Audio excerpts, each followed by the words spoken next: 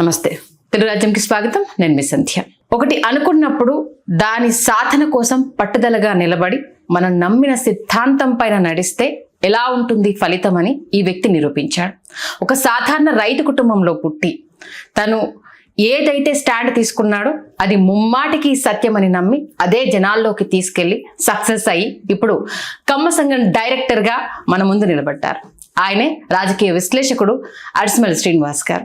మరి ఆయన ఈ రాజకీయ ప్రయాణం గురించి, మరి ఆయన అనుకున్నట్టుగానే కూటమి ప్రభుత్వ పాలన కొనసాగుతుందా, జరుగుతున్న అనేక అంశాల నేపథ్యంలో ఆయన ముందు కొన్ని ప్రశ్నలు ఉంచుదాం అనుకుంటున్నాం. ఈ నేపథ్యంలో ఆయన జర్నీ, ప్రస్తుత పాలనకు సంబంధించి ఆయన మాటల్లోనే తెలుసుకునే ప్రయత్నం చేద్దాం. శ్రీనివాస్ గారు నమస్తే. నమస్కారం అండి. ముందుగా మీకు కంగ్రాచులేషన్స్, కమ్మ సంఘం డైరెక్టర్ అయినందుకు. కమ్మ కార్పొరేషన్ అండి, సారీ ఏపీ కమ్మ కార్పొరేషన్. ఎందుకంటే ఏ అడుగులు ఏ ఆలోచనతో ఇటువైపు వచ్చారు? ఎందుకంటే మీ ఫ్యామిలీ నేపథ్యంలో మీరు చెప్పిన దాని ప్రకారం అయితే కమ్యూనిస్ట్ భావజాలం, అంటే ఇప్పుడు మీరు ఎంచుకున్న దానికి మొదట అడుగులు అక్కడ ఫ్యామిలీలో పడ్డదానికి చాలా తేడా ఉంది. అసలు ఇటువైపు రావడానికి ప్రధాన కారణం ఏంటి?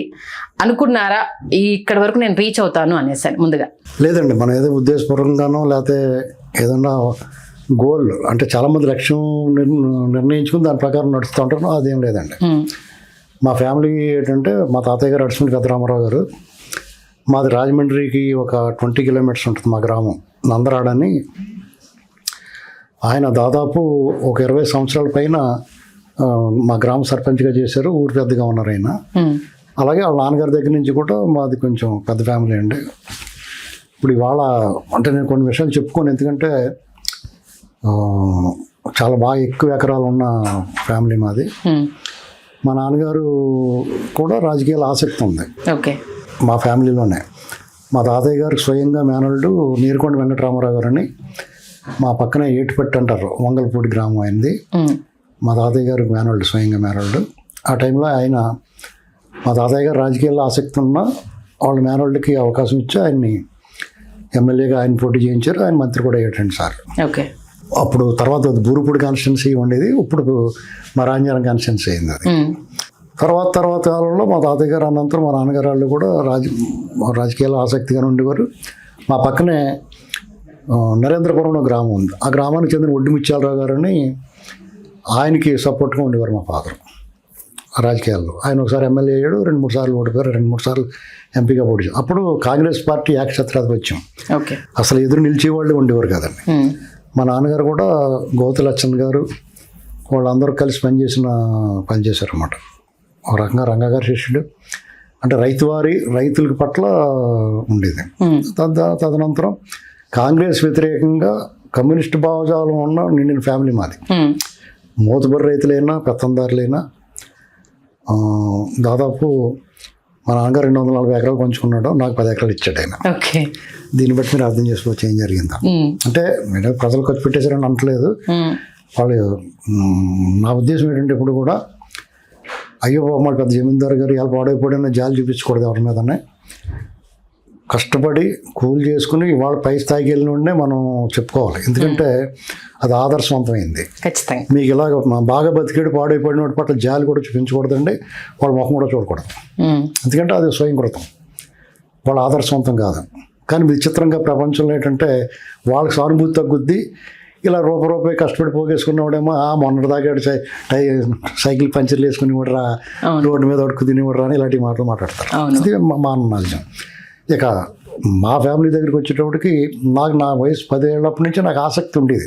కారణం ఏంటంటే మా ఇంటి దగ్గర రాజకీయ చర్చలు, అనేక మంది నాయకులు రావటం, అలాగే మా రాజమండ్రి కాకినాడ 2 పార్లమెంటు పరిధిలోని అన్ని నియోజకవర్గాల్లో మా నాన్నగారికి సత్సంబంధాలు ఉన్నాయి.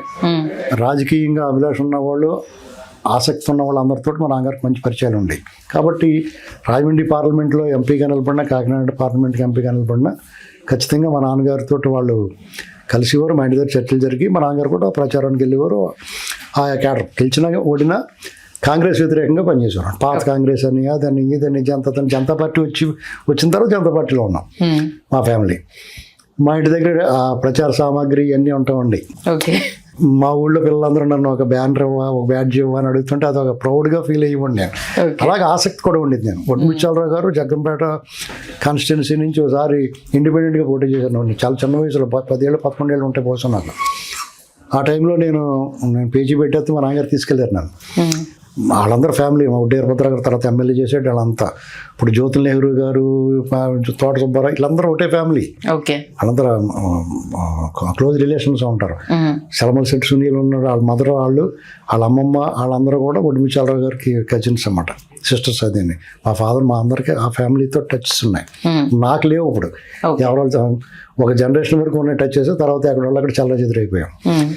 వాళ్ళు విచిత్రంగా ఇప్పుడు కాపు కమ్మాను గోల గొడబెట్టుకుంటారు, కానీ వడ్మిచాలరావు గారు అంటే కాపులు మీకు అమ్మారం అయితే నాకు 20 ఏళ్ళు వచ్చే వరకు వాళ్ళు కాపులను వెళ్తాను. నాకు అంతలా కలిసిపోయి ఉండేవాడు ఫ్యామిలీ. అంటే నేను ఎందుకు చెప్తానంటే ప్రతి దానికి కులం కోట తీసి మాట్లాడుతున్నారు కదా, దాని గురించి మనం చెప్పాల్సి వచ్చింది. ఇక మేము సంపాదించింది లేదు, మా నాన్నగారు ఏ పదవులు ఆశించలేదు ఏ రాజకీయ పార్టీలోనూ. స్వచ్ఛందంగా పనిచేసి కూడా అయినా ఆ పార్టీ సపోర్ట్ ఇచ్చేవాడు. అది ఎలక్షన్ అయిపోయిన తర్వాత కార్పొరేట్ చేయను. ఊళ్ళో పెద్దగా ఉండేవాడు. మేము ఎప్పుడు కూడా మా గ్రామంలో మా నాన్నగారు కానీ మా తాతగారు కానీ బడుగు బలహీన వర్గాల వైపు నిలబడేవారు. కామన్గానే డెఫినెట్గా మా తోటోళ్ళు, మా అన్నదమ్ములు, ఫ్యామిలీస్ వాళ్ళు అందరూ కూడా 500 ఎకరాలు 600 ఎకరాలు అలాంటి వాళ్ళే. అన్ని ఫ్యామిలీ ఒక మండువా కింద లెక్క. ఒక మండువాకి 1000 ఎకరాలు, ఒక మండువాకి 2000 ఎకరాలు అలా ఉండి అలా దమ్మలు పంచుకుంటారు. బలబలగా తగ్గిపోతాయి. ఏ రోజు కూడా మేము పెద్దదారులుగా వాళ్ళని భూస్వాములుగా బిహేవ్ చేసింది లేదు. మా గ్రామం ప్రత్యేకమండి. మా ఊళ్ళో ఆ రైతు కూలిగా అందరూ సమానంగానే ఉంటారు. ఒకరినొకరు అభిమానించుకుంటారు, ప్రేమించుకుంటారు. ఇవాటికి కూడా మా ఊళ్ళో నేనంటే మా నాన్నగారి వర్గం అని ఉంటుంది కదా, వాళ్ళ స్నేహితులు, వాళ్ళ పిల్లలందరూ కూడా వాళ్ళకి నన్ను అభిమానంగా చూస్తాను. నేను దాదాపు 37 ఏళ్ళు మా ఊరు విడిచిపెట్టి. నేను రెగ్యులర్ టచెస్ ఉంటాయి, మా మండువాది ఉంది అన్నీ వెళ్తూ ఉంటాం. కానీ నేనైతే అక్కడ నుంచి బయటకు వచ్చేసి, కానీ ఇవాళకి అభిమానాలు ఉంటాయి. నేను రాయమండ్రిలో చదువుకున్నాను. ఎప్పుడు కూడా రాజకీయ అభిలాష ఇవన్నీ ఉండి కాంగ్రెస్, నాకు కూడా అదే కాంగ్రెస్ వ్యతిరేక భావజాలం వంటపట్టింది. కాంగ్రెస్ని ఓడించగలిగిన వారు లేరా అనిపించేది ఎప్పుడు. జనతా పార్టీ వచ్చిన తర్వాత ఒక ఆశ, దేశమంతా అన్ని పార్టీ లేకమే కాంగ్రెస్ పార్టీని ఓడించారు. మన ఆంధ్రలో మాత్రం కాంగ్రెసే గెలిచింది అప్పుడు ఎంపీ ఎలక్షన్ 77లో. తర్వాత 78లో వచ్చిన అసెంబ్లీ ఎలక్షన్స్లో మా కాన్స్టిట్యున్సీని మేము జనతా పార్టీ గెలిపించుకున్నాం. పాడంచెట్టి అమరాజు గారు అని చెప్పేసి కడియం కాన్స్టిట్యున్సీ నుంచి. అంతకుముందు బత్తిన సుబ్బారావు గారు ఉండేవారు. జనరల్ సీట్లో ఒక దళితుడిని బత్తిన సుబ్బారావు గారు సీట్ ఇస్తే మేము గెలిపించుకున్నాం అన్నట్టు. ఆయన కాంగ్రెస్ తరఫున చెప్పినా మేము వ్యతిరేకంగా చేసినా కానీ మా కాన్స్టిట్యున్సీ అంత విశిష్టమైంది. అలాంటి పరిస్థితుల్లో తెలుగుదేశం పార్టీ ఆవిర్భావం తర్వాత ఆటోమేటిక్గానే కాంగ్రెస్ వ్యతిరేక శ్రేణులన్నీ కూడా తెలుగుదేశం పార్టీ వైపు టర్న్ అయినాయి. దాని ఏదో కులముద్ర వేయటానికి ట్రై చేస్తారు, కానీ తెలుగుదేశం పార్టీ మీద కులముద్ర పడితే ఆ పార్టీ నాళ్ళు మన్నదో అది తెలుసుకోవాలి ఎవడైనా సరే. దానికి సుప్రయత్నం చేస్తూ ఉంటారు. సరే ఎవడలాగే ఎడితే ఎట్లా అని చెప్పేసి మా పని మేము చేసుకుంటూ ఉంటాం. పార్టీకి ఎప్పుడు అవసరమైనప్పుడు అలా అండగా ఉన్నాం. ఎన్టీ రామారావు గారిని అప్రజాస్వామికంగా పదవి నుంచి దింపినప్పుడు ఈ రాష్ట్రంలో అనంతపురం జిల్లాలో కాల్పులు జరిగినాయి, చాలామంది చనిపోయారు. ఇలాగా పార్టీ మా కాన్స్టిట్యున్సీ కడియం కాన్స్టిట్యున్సీ నుంచి గిరిజాల వెంకటస్వామి నాయుడు అని మారిపోయాడు. నాదెండ్ల భాస్కరరావు వెళ్ళాడు. మేము ఆ ఎమ్మెల్యే ఇంటి ముందుకు వెళ్ళి ఆ రోజు ధర్నా చేసి ఆయన రాజీనామా చేయమని డిమాండ్ చేసి అక్కడ ఆందోళన చేసామండి. ఫస్ట్ మొట్టమొదటిగా మా జిల్లాలో అడుగుపడింది అక్కడ. మేము ప్రత్యక్షంగా వాళ్ళ మీద యుద్ధమే ప్రకటించాం. ఎక్కడ వెనకాడలేదు. అవి చాలామంది భయపెట్టారు. ఆ గ్రామం అక్కడికి వెళ్తాడు, ఎమ్మెల్యే గ్రామం మిమ్మల్ని రానివ్వడానికి అన్నారు. ఏమవుద్దండి, మేము వెళితే అక్కడ ఆ ఊళ్ళో అందరూ మాకు సపోర్ట్ చేశారు. అలాగా ప్రత్యక్షంగా పాల్గొన్న సందర్భాలు అనేక ఉన్నాయండి. ఏ ఎన్నికలకైనా సరే తెలుగుదేశం పార్టీ తరఫున గట్టిగా పనిచేసాం. తర్వాత మనం పని చేసుకున్న వాళ్ళు ఎవరు వాళ్ళు. అయితే ఈ రాజకీయాలు ఎన్నికల వరకే ఉండి ఎత్తులపై ఎత్తులు, ఒకళ్ళొకళ్ళ వ్యక్తిత్వ హననం, బూతులు గీతులు, ఈ గోల్ ఎప్పుడు లేదు. ఇదంతా కూడా 2004 తర్వాత మొదలైందండి ఒక రకంగా చెప్పాలంటే. ఎందుకంటే చంద్రబాబు నాయుడు గారు ముఖ్యమంత్రి అయిన తర్వాత తెలుగుదేశం పార్టీ అప్రతిహత విజయం సాధిస్తున్నప్పుడు తెలుగుదేశం పార్టీని దెబ్బతీయడానికి కులం కార్డు తీశారు. కొంతవరకు సక్సెస్ అయ్యారు. తర్వాత మళ్ళీ జనం తెలుసుకున్నారు. 94లో మళ్ళీ తిరిగి తెలుగుదేశం పార్టీ పట్టం కట్టారు. ఆ సమయంలో చంద్రబాబు నాయుడు గారు రామారావు గారి నుంచి అధికారాన్ని తను చేజిక్కించుకున్న తర్వాత రామారావు గారి దగ్గర నుంచి అంటే కొంచెం ఆయన మీద వాళ్ళకి ఒక ఆశ, వయసు పెద్ద అయిపోయింది, ఎప్పుడోకప్పుడు ఈ పార్టీ ఆయన చనిపోయిన తర్వాత ఈ పార్టీ చాలా చెదిరైపోతుంది, ఒక ఆశ పెట్టుకున్నారు. కానీ చంద్రబాబు నాయుడు గారు వచ్చేటప్పటికి వాళ్ళ ఆశలు అడియాసలు అయిపోయినాయి. ఎందుకంటే ఈయన పనిచేసి ముఖ్యమంత్రిగా పేరు తెచ్చుకుని మళ్ళీ రెండోసారి ముఖ్యమంత్రి అయిపోయాడు. పైగా దేశంలో అంతా కూడా 2-3 కేంద్ర ప్రభుత్వాలకి చక్రం తిప్పి అది ఇది చేసి ఆయన చాలా మంచి పేరు తెచ్చుకుంటే అభివృద్ధి, రోడ్లు వెడల్పని, ఫ్లైఓవర్లని, ఐటీ కంపెనీలన్నీ ఇలా రకరకాలుగా ఆయన దోడలో ఆయన ఏంటి, రామారావు గారు అంటే విపరీతమైన జనాకర్షణ కలిగిన వ్యక్తి, సంక్షేమం, సామాజిక విప్లవకారుడు. ఆయన్ని దాటి వెళ్ళటానికి వేరే ఇంకొకళ్ళు ఎవరు లేరండి. అలాగే కాంగ్రెస్ పార్టీ అంటే వాళ్ళు మొదటి నుంచి స్వాతంత్రం తెచ్చామని, లేకపోతే వాళ్ళు కూడా సంక్షేమాలకి తక్కువైనా తర్వాత అది ఇదైనా వాళ్ళు సంక్షేమం చేసి ఇలాంటి పార్టీని ఎదుర్కోవాలంటే ఈయన ఎక్కువ పని చేయటమే అనుకున్నాడు నేను. అది కూడా ఉపయోగపడి పని చేయాలన్నాడు. అందుకని చంద్రబాబు నాయుడు గారి మీద డెఫినెట్గా మనం వచ్చింది మా అందరికి. ఆయన 2004 వరకు 99 నుంచి 2004 వరకు 99లోనే ఆయన చాలా వినూత్నంగా ఆలోచించాడు. రైతు బజార్లన్నీ, ఈ సేవా కేంద్రాలన్నీ. అప్పటి వరకు టెలిఫోన్ బిల్ కట్టాలంటే లైన్లో నిలబడాలి, కరెంటు బిల్ కట్టాలంటే నేను ఆ లైన్ మ్యాన్కి ఎంతో కొంత వాడేసి కట్టమని ఉన్నా. ఆ టెలిఫోన్ అది వాళ్ళు ఉంటారు కదా లైన్ మ్యాన్లో, నిలబడలేకపోయేవాళ్ళం. కరెక్ట్గా ఆ టైం అంటే టైము 1 గంట దాటిన కట్టేసిపోయి మళ్ళీ అలా లైన్లో నిలబడాలి, లేదంటే ఫోన్ కట్ చేస్తారేమో. ఇలాంటి న్యూసెన్స్ కింద ఉండేది. చాలా ఇబ్బందులు ఉండేయండి.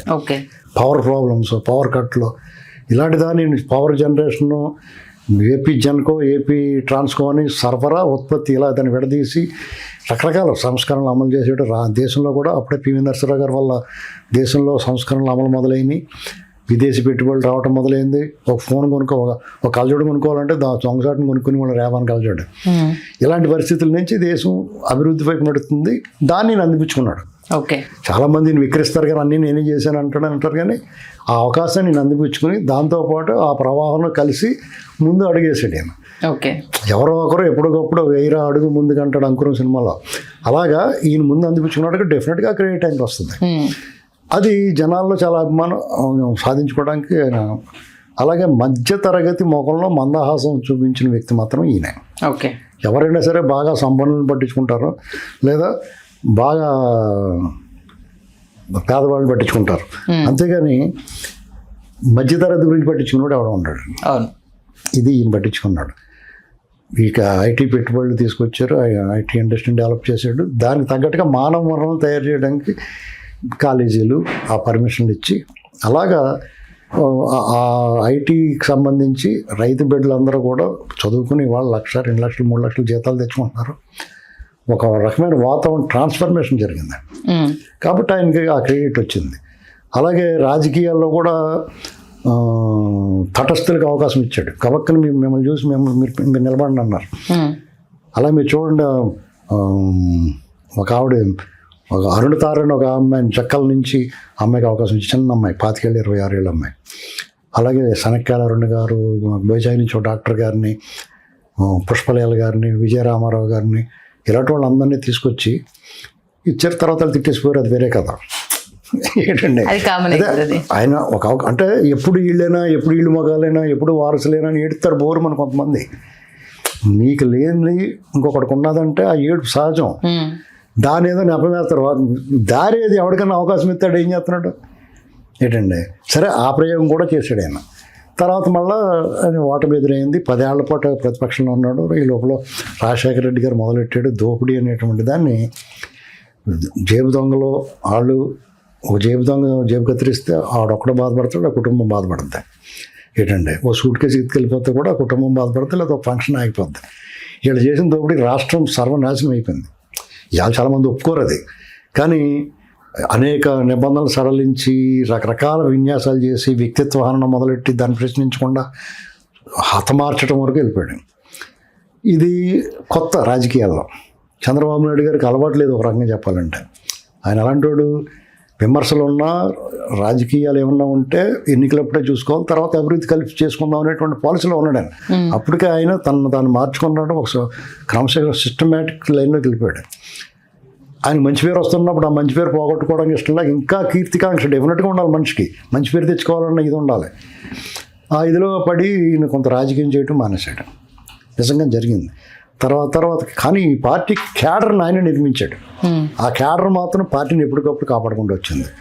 ఈ దేశంలో 10 సంవత్సరాల ప్రతిపక్షంలో ఉన్న ఒక ప్రాంతీయ పార్టీ, నిలబడిన పార్టీని ఒకదాన్ని చూపించండి. ఓకే, తునాకులవి చల్లా చెదిరైపోయిన పార్టీలు ఉన్నాయి, ముక్కలు అయిపోయిన పార్టీలు ఉన్నాయి. ఈ పార్టీ 2004 నుంచి 2014 వరకు అనేక సందర్భాల్లో అనేక సంక్షోభాలు పార్టీలో, ఒక పక్క రాజశేఖర రెడ్డి గారు చనిపోయిన తర్వాత జగన్మోహన్ రెడ్డి గారు ఆంధ్ర ప్రాంతంలో వాదార్పు యాత్ర పెట్టి బై ఎలక్షన్ జరిగితే డిపాజిట్ రావట్లేదు తెలుగుదేశం పార్టీ ఫస్ట్ టైం. తెలంగాణలో తెలంగాణ ఉద్యమం స్టార్ట్ అయ్యి తెలుగుదేశం పార్టీకి డిపాజిట్లు రాని గొడ్డు కాలం, అసలు ఆ పార్టీ చరిత్రలో డిపాజిట్లు పోవడం అనేటువంటి తెలియదు. అవతల డిపాజిట్లు లేకుండా చేసింది. కానీ ఆ పార్టీ క్యాడర్ కానీ నాయకులు కానీ బిమ్మెలెత్తిపోయారు. అసలు ఏంటో భవిష్యత్తు పట్ల ఒక ఆయనైతే ఇప్పుడు మన జోపల్ కృష్ణారావు గారు కాన్స్టిట్యున్సీ ఒకటి ఉంటుంది, దానికి సంబంధించి మాకు తెలుగుదేశం నాయుడు నాకు ఒకసారి ఏమన్నాడంటే, ఈ పార్టీ అంటే మాకు చాలా ఇష్టం అండి, ఈ పార్టీ తప్ప మాకు దారి లేదు, కానీ భయం వేసేస్తుంది ఈ పార్టీ ఏమైపోద్ది, ఈ ఎలక్షన్స్, ఈ బై ఎలక్షన్స్, ఈ రిజల్ట్స్ చూస్తుంటే నేను రాజకీయాలు మానేస్తాను తప్ప నేను వేరే పార్టీలోకి వెళ్ళను, నేను రాజకీయాలు మానేస్తానని అన్నాడు. ఇలాగనమాట అంత భయం వచ్చేసింది, ఒక రకమైన వాతావరణం. అలాంటి పరిస్థితుల్లో కూడా తెలుగుదేశం పార్టీ నిలబడి ఉంది. మళ్ళీ తిరిగి అధికారంలోకి వచ్చింది, మళ్ళీ వచ్చింది అధికారంలో. ఈ అంచేత ఈ పార్టీ పట్ల మా అవసరం రాలేదు ఈ పార్టీకి. ఎన్నికలప్పుడో లేకపోతే ప్రచారం చేయటమో లేకపోతే మనం చేయగలిగిన పని ఏమంటే చేయటం తప్ప ఈ పార్టీకి యుద్ధాలు చేయాల్సిన అవసరం రాలేదని తెలుగుదేశం పార్టీకి ఎప్పుడైనా. ఓకే, మీ తెలుగుదేశం పార్టీలో యుద్ధం చేసి గెలిచిన ఆనవాళ్ళు ఉండవు. ఎందుకంటే ఎన్టీ రామారావు గారు ఆయన ఒంటి చేతులు నడిపించాడు, అలాంటి నాయకులను పెట్టుకున్నాడు. అన్ని జిల్లాల్లోనూ అటువంటి నాయకులు ఉండేవారు. తర్వాత చంద్రబాబు నాయుడు గారు పనిచేసాం, అది సెంట్రిక్గానే ఆయన ముఖం చూసి పెట్టేయటమే. అలాగే ఆయనకి కూడా ఇప్పుడు ఒక 10 ఏళ్ళకి ముందు వరకు మంచి నాయకులు, ప్రతి జిల్లా నుంచి మంచి నాయకులు ఉన్నారు. ఆ తరాలు అంతరించిపోతాయి కదా, మెల్లమెల్లగా వృద్ధులు అయిపోతారు, సీనియర్లు అయిపోతారు, తర్వాత వేరే తరం మారుద్ది. వాళ్ళు ఏమవుద్దంటే పాత తరం నాయకులకి ఏంటంటే ఆ పార్టీలో వాళ్ళకి ఫైటింగ్ స్పిరిట్ ఉండేది. ఇప్పుడు ఉన్న వాళ్ళకి ఏమవుద్దంటే సాధారణంగా అంటే నేను మొహమాట లేకుండా చెప్తున్నాను, ఇందులో ఇప్పుడు నాయకులకి టేక్ ఇట్ ఈజీగా తీసుకుంటారు పార్టీ పట్ల. ఇది కాకపోతే ఇంకోటి అన్న లెక్కలో ఉన్నారు అన్ని పార్టీల్లోనూ. ఇది కాకపోతే ఇంకోటి అంటే సామాజికంగా ఆర్థికంగా వాళ్ళకి స్టెబిలిటీ వస్తుంది, మంచి పేరు వస్తుంది, ఒక ఐడెంటిఫికేషన్ వస్తుంది, ఒక కార్డు ఎలాడుతుంది, ప్రైస్ ట్యాగ్ టక్మని దాంట్లో పోతాడు లేదా కొనుక్కుంటాడు. అంటే క్యారెక్టర్ అనేది పక్కన పెట్టేస్తారు. రాజకీయంగా ప్రజల నుంచి వచ్చిన వాళ్ళకున్న వాల్యూ, ఎమోషను ఈ టైప్ వాళ్ళకి ఉండదు. కాబట్టి రాజకీయాల మీద కొంతమంది కొంచెం ఇదేంటారు అలాగ ఉన్నాయి అనిపిస్తుంది మనకి. ఇక 2019 తర్వాత 14కి 19 మధ్య జగన్మోహన్ రెడ్డి గారు రాజకీయాల్లో ఆయనకి ప్రజల మీద పగట్టాడు ఆయన. ఎందుకంటే ఆయన ఏమనుకున్నాడంటే వాళ్ళ నాన్నగారు చనిపోయాడు కదా, రాష్ట్ర వ్యాప్తంగానే కాదు తెలుగు వాళ్ళు ఎక్కడ ఉంటే అక్కడ రాజశేఖర రెడ్డి గారు చనిపోయినప్పుడు ఆ దుర్మరణానికి చాలా బాధపడ్డారు అంతా. మేము బాగా వ్యతిరేకించే నాలాంటి వాళ్ళు కూడా అయ్యో పాపం ఇలా జరిగింది ఎట్లా అనుకున్నాం. దాన్ని ఆయన అడ్వాంటేజ్గా తీసుకుని ఉంటే ప్రజల సహజంగానే రాజశేఖర రెడ్డి గారి ఇమేజ్, ఆయన కొంత ఇమేజ్ ఉంటే 2 కుమార్ లాంటి వాళ్ళు దాన్ని డబల్ చేశారు, తెగ మాట్లాడేసేవారు దాని మీద.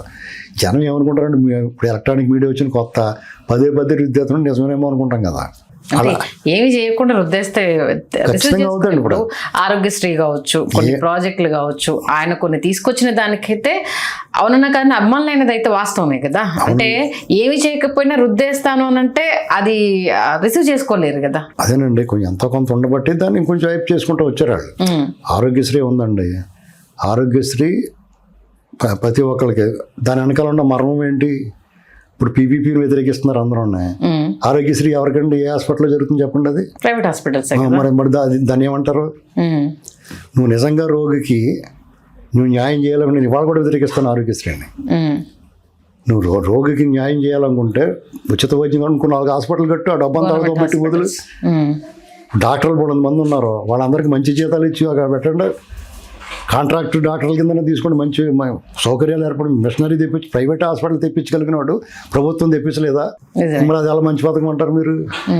దాన్ని అది కప్పెట్టి ఇది చెప్తారన్నమాట, హైలైట్ చేస్తారు. అర్థమైందండి. ఫీజు రియంబర్స్మెంట్ డెఫినెట్గా మంచిది. అది కూడా నువ్వు దాన్ని కూడా ప్రభుత్వ కళాశాలలు పెంచాలి. క్వాలిఫైడ్ ఉంటారు ప్రభుత్వ కళాశాలలు. ఉద్యోగాలు ఏమైనా అల్లాడుతూ ఉంటారు, వాళ్ళందరికీ ఉద్యోగాలు కల్పించవచ్చు కదా. కాలేజీలు పెట్టి స్కూల్స్ పెట్టి అవి చేయరు. అంటే వ్యక్తిగత ఇమేజ్ పెంచుకోవడం కోసం అప్పనంగా పప్పు బెల్లం అది కూడా మళ్ళీ మన వాళ్ళు బాగుపడాలి. చూసుకోండి, లెక్కేసి లిస్ట్ వేసుకోండి. ఓకే. అప్పుడు తెలుస్తుంది దాని అసలు బొమ్మ. అది చెప్పడానికి వాయిస్ లేదు యువతల వాళ్ళకి. ఏమనుకుంటారు ప్రజల్లో ఇది ఆదరణ పొందింది కదా అని దాని భయం. ఓకే. ఏంటండి అంచేత ఎంతో కొంత ఉంటే చాలు వాళ్ళకి ఇంత చేస్తారు, ఇంత ఉన్నదాన్ని ఇంత చేస్తారు. మళ్ళీ ఇప్పుడు చంద్రబాబు గారు ఐటీ ఇండస్ట్రీ అంటే చంద్రబాబు గారు జనార్దన్ రెడ్డి వేసాడు రాయి లేకపోతే ఇలాంటి మాటలు మాట్లాడుతున్నారు. ఇదన్నమాట నేను చెప్పేది డిఫరెన్స్, వ్యత్యాసం. అయితే సరే రాజశేఖర రెడ్డి గారు క్రెడిట్ ఉంటుంది డెఫినెట్గా. ఆయన కొంత తన వాళ్ళు అనుకున్న వాళ్ళు బాగా చూసుకుంటాడని అంటారు.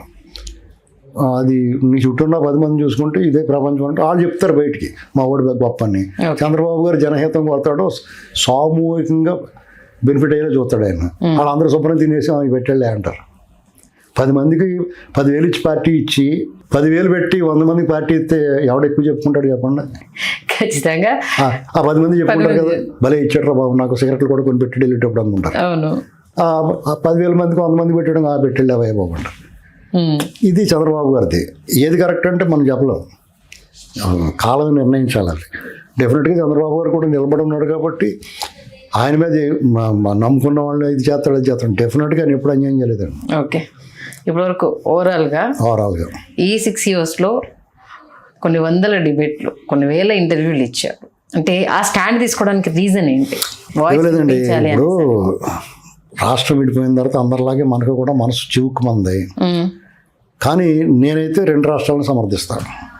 తెలంగాణ ప్రజలు దశాబ్దాల కళ ఆకాంక్ష వాళ్ళు కోరుకుంటున్న తప్పులేదు. దాన్ని డెఫినెట్గా వాళ్ళు కోరుకున్నప్పుడు ఇచ్చేయాలి.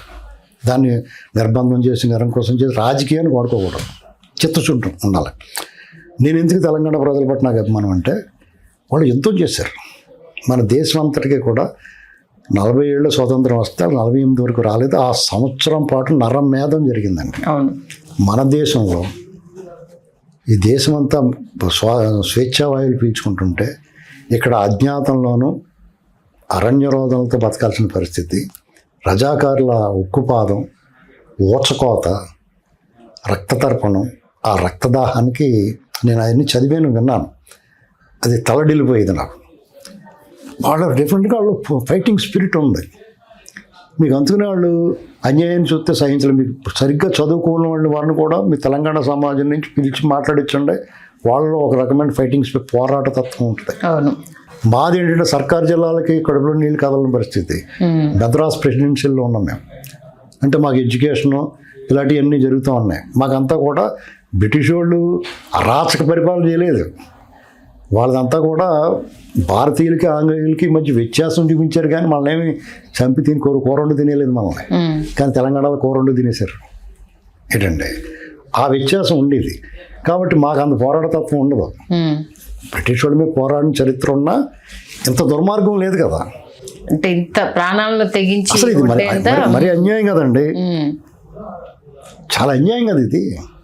అయితే ఒకటి, నేను అప్పుడు జయాంధ్ర మూమెంట్లో పాల్గొన్న స్టూడెంట్గా ఉన్నాను. 6వ తరగతి 7వ తరగతి చదువుకున్నాను. మాకు జయాంధ్ర ప్రత్యేక ఆంధ్ర రావాలని కోరుకున్నాను నేను. మరి వీళ్ళు అదే కోరుకున్నాడు. మన అభ్యంతరం ఎందుకు చెప్పాలి? అంతే కదా. ఎంత యుద్ధం ఎందుకు చేయాలి? వాళ్ళు ఎందుకు రెచ్చగొట్టాలి? పిల్లల్ని ఎందుకు కొట్టాలి? విద్యార్థుల్ని ఏంటండి స్వార్థం, అంతే కదా. హైదరాబాద్లో పెట్టుబడులు పెట్టే మనోడే కదా. ఇప్పుడు 2 అన్నదమ్ములు ఉంటారండి. మన అన్న బ్రహ్మాండంగా బాగున్నాడు, మనోడే ఇప్పుడు కూడా అంత కొంత పడతాడు అనుకోవాలి. కానీ అలాంటిది ఉండుంటే అసలు ఈ పరిస్థితే వచ్చి ఉండేది. మీకు అందుకుని అలాంటిది ఉంది. ఇప్పుడు తెలుగు వాళ్ళు ప్రాంతాలు వేరైనా అంతరంగం ఒకటే అండి, యాసలు వేరైనా భాష ఒకటే. శ్రీనారాయణ రెడ్డి గారు ఏనాడో చెప్పాడు, కావాలంటే చూసుకోండి, శ్రీకాకుళం నుంచి ఆదిలాబాద్ వరకు మన అంతరంగం ఒకటే, ఒకే రకంగా స్పందిస్తారు. 2 ప్రాంతాలైనా తెలంగాణలో గాయమైతే ఆంధ్రాలో నొప్పి వస్తుంది, ఆంధ్రాలో గాయమైతే తెలంగాణలో నొప్పి వస్తుంది. ఇది చాలామందికి తెలియదు. వీళ్ళు ఎంత రెచ్చగొట్టడానికి ట్రై చేసినా, అగ్గి పెట్టేయడానికి చూసినా పని జరగల. లేకపోతే చాలా పెద్ద పెద్ద గొడవలు ఇవాళకే ప్రయత్నం చేస్తున్నారు. అది సఫలం అవ్వదండి. దాన్ని వదిలేసుకోవడం మంచిదండి. ఆ ప్రయత్నం అలాగా. రాష్ట్రం కొత్తగా ఏర్పడింది, రాజధాని లేదు, బాధే. అయినా నిర్మించుకోవాలి, అయినా చేసుకోవాలి. దాని బదులుగా పోలవరం ఇచ్చారు, ప్రత్యేక హోదా అన్నారు, ప్రత్యేక హోదా ఇవ్వటం మానేశారు. దాని మీద గొడవ ఇవన్నీ జరుగుతున్నాయి. అయినా సరే చంద్రబాబు నాయుడు గారు అక్కడ రాజధాని నిర్మాణానికి భూ సమీకరణ కోసం వెళ్తే రైతులందరూ స్వచ్ఛందంగా భూమి ఇచ్చారు. దాని ఏదో వాళ్ళు తంటాలు పడుతున్నారు పోలవరం అని, ఆయన పాటలు పడుతున్నాడు, ఏదో చేస్తున్నాడు. జగన్మోహన్ రెడ్డి గారు అధికారం కూడా ట్రై చేశాడు. ఆయన్ని 63 సీట్లకో 67 సీట్లకో పరిమితం చేశారు. ఆ కోపం ఉంది ఆయనకి. మా నాన్న చచ్చిపోతే నాకు వెంటనే కూర్చోబెట్టేయకుండా నన్ను వదిలేశారని కాంగ్రెస్ మీద కోపం పెట్టి పార్టీ పెట్టాడు. పార్టీ పెట్టిన తర్వాత నన్ను గెలిపించేస్తారులే అనుకుంటే వీళ్ళు పని చూసుకోరా బాబు, మాకు బాగా మంచి పని వాడు ఇతనికి ఒక చరిత్ర ఉంది, పనిచేసిన చరిత్ర, అభివృద్ధి చేసే చరిత్ర, మేము ఉన్న పరిస్థితుల్లో ఇతనే మాకు ఉండాలి, ఇల్లు బూజెట్టేసి దులుపుకోవాలి, ఇతనే ఉండాలి అని పెట్టుకున్నారు. దానికి అతను కోపం వచ్చింది, ఈ సంగతి చూడాలనుకున్నాడు. నిజంగానే అయిపోయింది. చంద్రబాబు నాయుడు గారు ముఖ్యమంత్రి అయ్యాడు. ఆయన మీద ఆయన ఏ రకంగా వంకెడతాడు? మీరు వాళ్ళు చేసిన ప్రచారం చూడండి. కులాల మధ్య కుంపటి పెట్టాడు, దైవ దూషణ దైవద్రోహం చేశారు, పింక్ డైమండ్ గురించి మాట్లాడారు, వ్యక్తిత్వ హననం చేశారు. ఎన్ని విధాలుగా విష ప్రచారం చేయాలో అన్ని విషయాలు ప్రచారం చేశారు. విజయసాయిరెడ్డి అనేటువంటి వాడు బీజేపీకి టీడీపీకి మధ్యన సఖ్యతను చెడగొట్టడానికి అతను విశ్వప్రయత్నం చేశాడు. చంద్రబాబు నాయుడు గారు కూడా కొన్ని విషయాలు తొందరపడ్డారు. ప్రజలు ఒత్తిడి తట్టుకోలేక ఓడిపోయిన పార్టీ. ఓడిపోయిన తర్వాత చంద్రబాబు నాయుడు గారు ఒకే మాట చెప్పాడు, నేను ఎంత ఘోరంగా ఓడిపోయేంత తప్పు నేను ఏం చేశాను అని చెప్పుకునైనా తల ఉంచుకుని వెళ్ళిపోయాడు. ప్రజా తీర్పుని గౌరవిస్తాను. తర్వాత జగన్మోహన్ రెడ్డికి ఇంత అవకాశం వస్తే ఏం చేయాలండి? 150 సీట్లు ఇచ్చి ఆ ముఖానికి 150 సీట్లు అర్హతుందంటారా? ఆయన అంత బాగా చేసుకోవాలి. వాళ్ళ నాన్నగారు సమకాలికుడు చంద్రబాబు నాయుడు గారు, వాళ్ళిద్దరు స్నేహితులని అందరికీ తెలుసు కదా. ఇలాంటి పరిస్థితుల్లో మొట్టమొదటి అసెంబ్లీ కమెంట్స్ అయిన రోజున ప్రమాణ స్వీకారం అయిన వెంటనే జగన్మోహన్ రెడ్డి చంద్రబాబు గారి దగ్గరికి వెళ్ళి, మీ అనుభవం నాకు అవసరం, నా తండ్రి లేడు, నా తండ్రి లాంటి వారు, నన్ను నడిపించండి అని చెప్పుంటే ఎలా ఉండండి? అది ఏం పోతుంది అతనిది? అతనికి ఏం నష్టం అండి అతనికి? సరే అయిపోయింది. వాళ్ళని విక్రించడం, వ్యక్తిత్వ హననం చేయటం, అత్యంత జుగుప్సాకరంగా మాట్లాడించడం, తిట్టడం, వాళ్ళందరూ తిడుతుంటే అతను ఇరునవ్వులు నవ్వటం. జనాల్లో ఎలా ఉంటుందండి? ఆయన కట్టింది ప్రజావేదిక ఉంది, ప్రభుత్వ ధనం, ప్రభుత్వ స్థలం.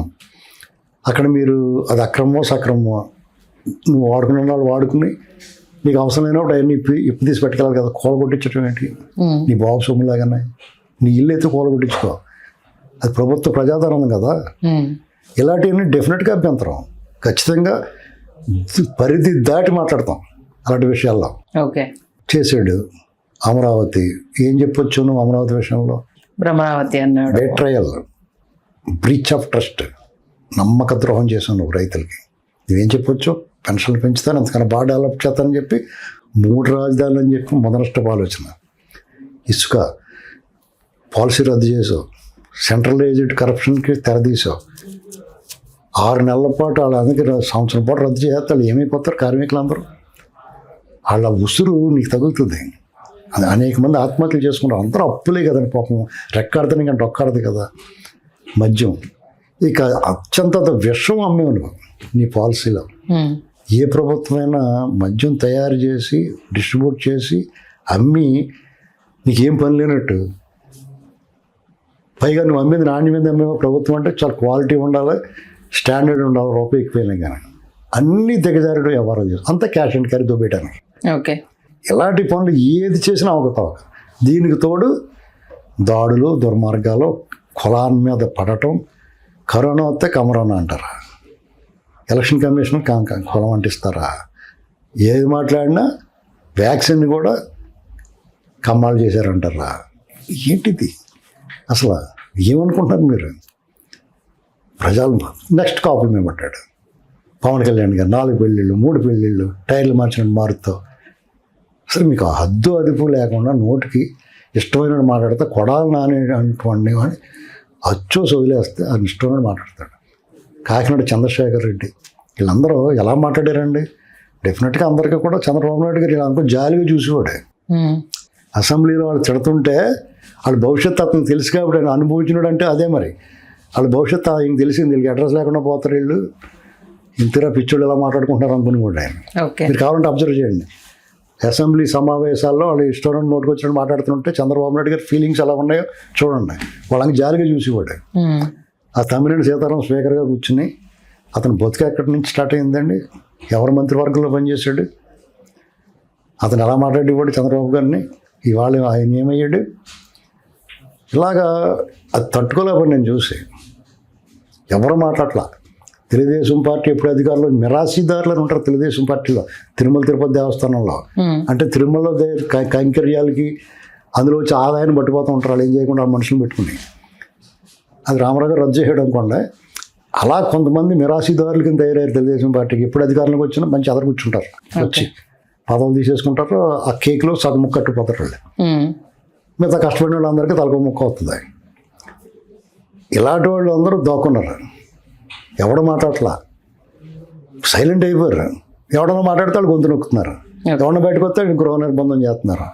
సోషల్ మీడియాలో ఎవరన్నా పోస్ట్ రాస్తే లైక్ కొట్టడం కూడా ఆలోచించారండి. ఎవరు లైక్ కొట్టాడో చూసుకుని పట్టుపోతారేమో అని అంత భయాందోళన కలిగించాడు. ఆ సమయంలో నేను రాసివ్వండి. నేను మే 23 రిజల్ట్ చూసిన తర్వాత 2019 మే 23 రిజల్ట్ చూసిన తర్వాత ఆ నెలాఖరు వరకు నాకు ఇంటికి 2 పేపర్లు వచ్చి, ఈనాడు, జ్యోతి. ఆ 2 పేపర్లు ఆపేశాను. న్యూస్ ఛానల్స్ బంద్ చేసుకున్నాను, చూడటం అనేసాను. కంప్లీట్ ఎంటర్టైన్మెంట్ చూసుకుంటా రిలాక్స్ అవుదాం అనుకున్నాను. అప్పటి వరకు నాకు ఏదో చిన్న వ్యాపారం ఉండేది, అట్లా అన్నీ ఆపేసాం. ఆ వ్యాపారం చూసుకునేవాడిని. కరోనా తర్వాత అది ఆపేశాను. ప్రశాంతంగా కూర్చునేవాడిని ఇంట్లో, సినిమాలు చూసుకుంటా. ఈ ఓటీటీలు అప్పుడే వచ్చినాయి కొత్త చూసుకుంటా హ్యాపీగా సావనే సావనే. కానీ ఇతను అరాచకాలు ప్రతిరోజు ది డే బిగినింగ్ నుంచి చూసిన తర్వాత ఎవడో మాట్లాడతలేదు, అసలు ఎవడో స్పందించలే. సబ్బవారి గారు లేకపోతే ఒకళ్ళు ఇద్దరు మాట్లాడేవారు. ఎవరు మాట్లాడకపోతుంటే అసలు ఏంట్రా ఇది పరిస్థితి అని చెప్పి రాయడం మొదలెట్ట. వచ్చే వారం అతను జైల్లో పోతాడని ఒక ఆశ. అది దాన్ని జనాలకి ఒక టానిక్ లాగా ఫోన్లు ఇటు పోతాడంటే అనుకునేవారు. అలాగా ఏదో ఒక ఆశ కల్పించాలి కదా. ఏంటంటే జనాలు ఉత్తేజితం చేయాలి, దాన్ని సమాయత్తం చేయాలి. నేను చాలామంది నాయకుల మీద వాళ్ళు చాలా పెద్ద పొజిషన్లో ఉన్నాడు, అందరి మీద కనబడుట లేదు అని రాశాను. నేను రాశాను. ఎవరి మీద వైసీపీ వాళ్ళు, టీడీపీ వాళ్ళని టార్గెట్ చేశాను ఫస్ట్. నేను శ్రీకాకుళం నుంచి మొదలెడితే స్పందించలేదు, ఎక్కడ దాక్కున్నారో కనబడట్లేదు, వాళ్ళు ఫోటోలు వేసి వాళ్ళ మీద కథను రాశాను. వాళ్ళు ఏమేమి పదవులు పొందారు, ఎలా వచ్చారు రాజకీయాల్లోకి, ఇప్పుడు ఏం చేస్తున్నారు, ఎక్కడ దాక్కున్నారని చెప్పి రాశానండి. నాకు ఫోన్ కూడా చేశారు, వాళ్ళు బియ్యాలు గట్ట ఫోన్లు చేసుకోరు. అయినా సరే మీరు వాళ్ళని అడగండి, అయ్యా దీనికి సమాధానం నన్ను కాదు అడగాల్సింది, నేను చెప్పిన తప్పు అయితే కాదు, వాళ్ళని అడగండి అని చెప్పేవాడిని. తర్వాత ఇక నా కొంతమంది మిత్రులు వాళ్ళు వైసీపీ తరఫున మాట్లాడుతున్నారు, వాళ్ళు చాలా సీరియస్గానే. వాళ్ళు నాకు మిత్రులు ఉండేవారు, వాళ్ళు నాతో చాలా సన్నిహితంగా ఉండేవారు. నేను రాసిన కంటెంట్ అంతా కూడా వాళ్ళు చదివి చాలా బాగా రాస్తున్నారు గురుగారు, మీరు మాట్లాడిన బయట అని చెప్పి నన్ను ఇప్పుడు వైసీపీలో చాలా సీనియర్గా అనలిస్ట్గా ఉన్న ఒక ఆయన నాతో రోజు పొద్దున్న 6 గంటల నుంచి ఆయన డిబేట్కి వెళ్ళే వరకు ఒక 6 గంటల పాటు నాతో మాట్లాడి ఆ రోజున రాజకీయాల మీద చర్చించేవాడు. గురుగారు ఇది మాట్లాడతాను నేను, అడసిమిల్లి భావజాలం అని కూడా చెప్పేసాడు ఆయన డైరెక్ట్గా. ఇప్పుడు ఇవాళ వైసీపీలో ఉండొచ్చు, ఆయన వైసీపీ తరఫున మాట్లాడుతూ ఉండొచ్చు. కానీ మా స్నేహం అంటే నేను అనేది ఏంటంటే మా ఇద్దరి మధ్య వ్యక్తిగత వైరం లేనట్టు భావ వైరం ఉంది. ఆ రోజు కూడా ఆయన మాట్లాడుకున్న దాన్ని ఆయన నేను చెప్పిన దాన్ని వినివాడైనా, జాతక దాన్ని మాట్లాడేవాడైనా, ఆయన కొంచెం ఆయన అలా తెలివైన బాగా చదువుకున్నాడు, ఆయన మాట్లాడేవారు. తర్వాత దారులు వేరేని. నేను ఏదో అప్పుడే స్టాండ్ ఉన్నాను, ఇప్పుడు అదే స్టాండ్ ఉన్నాను. ఆయన మాత్రం మాకు దాని కారణాలు ఆయన ఉన్నాయి. ఇలాగా ఇక ఆయనే నన్ను మీరు బయటకు వచ్చి మాట్లాడిన గురుగారు. నేను బయటకు వచ్చి మాట్లాడితే నేను మొట్టమొదటి రోజు మాట్లాడిన ఇలాగ మీలాగ ఒక యూట్యూబ్ ఛానల్, లియో ఛానల్కి వెళ్ళి మాట్లాడితే 2 లక్షలు 3 లక్షలు వ్యూస్ వచ్చినాయి. ఫస్ట్ కంటెంట్ అది 15 నిమిషాలు 20 నిమిషాలు ఉంటుంది. వాళ్ళు నేనేమి ప్రత్యేకించి ప్రిపేర్ అయ్యి నేను ఏమనుకుంటున్నాను అది మాట్లాడాను అంతే. ఇప్పుడు కూడా నేనేం మీరు నాకేం సబ్జెక్ట్ చెప్పలేదు కదా, చెప్పలేదు. నేను మా ముందు మైక్ పెట్టిన వరకు కూడా మీరు ఏమడుగుతారో తెలియదు నాకు. ఇలా నేను ఏమనుకుంటున్నానో అదే మాట్లాడతానండి. ఇప్పుడే కదా మీతో ఎప్పుడు ఏ ఇంటర్వ్యూ చేసినా ఆన్ స్పాట్ సబ్జెక్ట్ లో అప్పటికప్పుడు క్వశ్చన్స్ అడిగేసి మీరు ఏమనుకుంటున్నారని చెప్పడం తప్పితే ముందు క్వశ్చన్స్ ఇవ్వడం కానీ అది వరకు మీతో జరిగిన ఏ ఇంటర్వ్యూలోనూ జరగలేదు. నేను చేసిన దాంట్లో మీకు అప్పుడు అది ఖచ్చితంగా వీక్షకులకి అది ఒక నిజాయితీ కనిపిస్తుంది అండి. ఖచ్చితంగా. ఎందుకంటే మనం ప్రిపేర్డ్ అయ్యి వచ్చి లేకపోతే ఫ్యాబ్రికేటెడ్ పొరలు ఉండవు, అద్దాలు ఉండవండి, ఫిల్టర్స్ ఉండవు. ఓపెన్గా నేను ఏ పార్టీ అయినా సరే, ఇప్పుడు నాకు ఏదో పదవి ఇచ్చారని తెలుగుదేశం పార్టీ కూటమి ప్రభుత్వం మీద కూడా నాకు అభ్యంతరం అంటే డెఫినెట్గా చెప్తాను. మనం స్టార్ట్ అయ్యిందే అక్కడ నుంచి కదా, మీ వాళ్ళని ప్రశ్నించడంతో కదా స్టార్ట్ అయింది. అసలు కామన్ మ్యాన్ నేను సగటు పౌరుడు గొంతుగా ఉండడానికి ఇష్టపడతాను. ఎందుకంటే వాళ్ళ అభిప్రాయం నాకు అనేక మంది పంచుకుంటూ ఉంటారు. వాళ్ళ ఆవేదన అప్పుడు జగన్మోహన్ రెడ్డి అయినా ఇప్పుడు కూడా ఉన్నది ఆవేదన. అదైనా సరే మనం అభ్యంతరం ఉండదని నేను పంచుకుంటాను. ఇవాళ పొద్దున కూడా మాట్లాడాను నేను. ప్రధాన ఛానల్స్ మాట్లాడినప్పుడు నేను చాలా సందర్భాల్లో మీ ఇంటర్వ్యూలో చూసినప్పుడు, మీరు డిబేట్లో ఉన్నప్పుడు ఎక్కడ బ్యాలెన్స్ తప్పారు. సబ్జెక్టు, దాంట్లో ఉన్న డెప్త్ను, అక్కడ జరుగుతున్న పరిస్థితులను మూడింటిని కలిపి అవతల వాళ్ళు ఎంత రెచ్చగొడుతున్నా మీ ధోరణిలో మాత్రమే మీరు ఉంటారు. నాకు ఇప్పటివరకు నాకు బాగా నచ్చిన విషయం మీ దగ్గర అంటే అది చాలా రేర్గా ఉంటుంది. కొందరు ఆవేశపడిపోయి బ్యాలెన్స్ తప్పిపోయి రార్థాంతం ఇదంతా జరిగింది. ఇప్పటివరకు మీ జర్నీకి సంబంధించి నా దగ్గర కొన్ని క్వశ్చన్స్. ఇప్పుడు మీరు అన్న దాంట్లో అంటే విసిగిపోయినప్పుడు కూటమి కట్టి గెలిచారు తప్పితే ఒక్కరిని ఓడించడానికి ముగ్గురు కలిస్తే కానీ సాధ్యం కాలేదు అని ఇప్పటికీ కూడా జగన్ పార్టీ నుంచి వస్తున్న ప్రధాన వాదన. ఇంత ముగ్గురు కట్టినా మాకు 40% వచ్చింది, అప్పుడు వ్యతిరేకత ఎక్కడ ఉంది, మీరు కూటమి జత కట్టడం వల్ల మీరు గెలిచారు తప్పితే అదర్వైజ్ అయితే మీకు గెలుపు సాధ్యం కాదు అన్న ఒక ప్రశ్నను ఇప్పటికీ వినిపిస్తున్నారు. ఇది ఈ 2 ఏళ్ల పాలనకు సంబంధించి మీ ముందర పెడితే మీరేం చెప్తారు? అలా కాదండి, ముగ్గురు కలుపుతారు, నలుగురు కలుపుతారు, 40 మంది కలుపుతారు, అనవసరం కదా. నేను ఓడేవా లేదా? నువ్వు ముగ్గురు కలవకూడదు లేదా కలవాలని చెప్పడానికి మీరెవరు, ఎవరెవరు కలుస్తారు అనేటువంటిది నీకు ఎందుకు? నీకేదైనా రూల్ ఉందా? ఒకటే రావాలి నా మీద దెబ్బలాటగానే? లేదు, అంతే కదా. అంటే దానికి ఇప్పుడు అలా కదండి, నామినేషన్ వేస్తారు మీరు, దానికి కొన్ని రూల్స్ ఉంటాయి, కండిషన్స్ ఉంటాయి. అలాగా ఒక పార్టీ ఉంది, దానికి వ్యతిరేకంగా ఒక పార్టీయే పోటీ చేయాలని ఉందా? వేరే కలవకూడదు, పుత్రులు ఉండకూడదు ఏమైనా ఉందా రాజ్యాంగంలో? అసలు తెలుగుదేశం పార్టీ మీద చాలా మంది మాట్లాడుతూ ఉంటారు, దానికి ఒక క్లారిటీ ఇవ్వాలి. నేను పొత్తులు లేకుండా ఇప్పుడు గెలవలేదండి. ఎన్టీ రామారావు గారు తెలుగుదేశం పార్టీ పెట్టిన 83లో పార్టీ పెట్టిన ఆవిర్భావం తర్వాత వచ్చిన ఎన్నికల్లో సంజయ్ విచార్ మంచితో పొత్తుంది తెలుసా మీకు? 5 సీట్లు 6 సీట్లు గెలిచారు. మన వీళ్ళంతా ఎవరో మన ఆయన ఉంటారు కదండి, ఒక ఆయన ప్రకాశ్ రావు గారు, వీళ్ళందరూ అందరూ గెలిచారు. గోన్ ప్రకాశ్ రావు గారు మీకు అంటే మీ జనరల్ కాబట్టి మీకు తెలియదు. మరి ఎన్టీ రామారావు గారు పొత్తు అవసరమా? అప్పుడున్న పరిస్థితుల్లో కమ్యూనిస్టులు కూడా అవకాశం ఇచ్చాడు ఆయన, 2 బ్రదర్స్ మనందరం కలిసి పోటీ చేద్దామని. వాళ్ళేమో సగం మొత్తం అడిగేశారు వాళ్ళు. అంటే అంగడి కానీ మింగిడి ఉండదు అంటారు. అంటే లోపలికి భోషణాలు ఉండదు, ఎంత వేసినా పడిపోద్దామంటే అంత కావాలనుకుంటారు వాళ్ళు. అంటే ఆశలావు పీక సన్నం ఉన్నాయి వాళ్ళకి, అంచేత వాళ్ళకి పని చూసుకోమని చెప్పాడు. ఏంటండి తర్వాత 85లో మళ్ళీ కలిసి పోటీ చేయరు. అందులో అత్యధిక స్థానాలు అంటే 52 తర్వాత అత్యధిక స్థానాలు వచ్చింది అప్పుడే కమ్యూనిస్టులకి. ఏంటండి ఇలాంటి పరిస్థితుల్లో పొత్తు లేకుండా ఎప్పుడు గెలవట్టు. 84లో ప్రజాస్వామ్య పరిరక్షణ ఉద్యమం జరిగిన తర్వాత 85లో కాంగ్రెస్ వినా మొత్తం అన్ని పార్టీలు కలిసి పోటీ చేసినాయి తెలుగుదేశం పార్టీ. అలాగే 84లో ఇందిరాగాంధీ గారు చనిపోయినప్పుడు కూడా పొత్తులో అన్ని పార్టీలు కలిసి, వామపక్షాలు రైట్ లెఫ్ట్ వింగులు 2 కలిసి పనిచేసినాయి. అది విచిత్రం. ఉప్పు నిప్పు కింద ఉండి తూర్పు పడమరల కింద ఉన్న 2 పార్టీలు కూడా రామారావు గారితో కలిసి పనిచేసినారు. వాళ్ళంతా తెలుగుదేశం పార్టీతోటి. వాళ్ళే అంటారు పొత్తులు మేము లేకుండా ఎప్పుడు మేము గెలవలేదు అది ఇది మాట్లాడతారు. అవసరం అప్పుడు ఏంటండి, వాళ్ళు ఈ పడవను పట్టుకుని బయట పడతారు. తెలుగుదేశం పార్టీ అనేటువంటిది ఒక వారధి చాలా మందికి రాజకీయ భవిష్యత్తు పార్టీలు కూడా. ఖచ్చితంగా ఇది అందరూ ఒప్పుకోవాల్సిన విషయం. 1-2 సీట్లకే పరిమితం అయ్యేవాళ్ళు 10-15 సీట్లు ఇప్పించిన పార్టీ తెలుగుదేశం పార్టీ. దాన్ని మీరు పొత్తులు లేకుండా వచ్చారు, పొత్తులు లేకుండా ఇప్పుడు రాజశేఖర రెడ్డి 24లో అతను ఒకటి వచ్చాడు, 2004లో కనిపించినోడు పార్టీ అని ఏమన్నా బోటెట్టుకుంటే చాలా అతను కూడా కలుపుకున్నాడు. ఆఖరికి ఇదేంటి మన జయప్రకాష్ నారాయణ గారిది లోక్సత్తా పార్టీ కూడా విడివిడిగా కూడా పోటీ చేశారు టీడీపీ మీద. అంటే కలిసి పొత్తు ధర్మం ఒకటి, నువ్వు విడిగా ఉండి కూడా పొత్తుంది అంటే నువ్వు వెళ్ళి ఆడికి బొక్కేటి అన్నట్టుగా అనమాట. అర్థమైందా? ఇలాంటి రకాలు ఎన్ని విన్యాసాలు చేశారు. మరి దాని గురించి చెప్పరేట్. మరి తెలుగుదేశం పార్టీని ఓడించడానికి అంతమంది పనిచేశారని మేము అలా అనుకోం.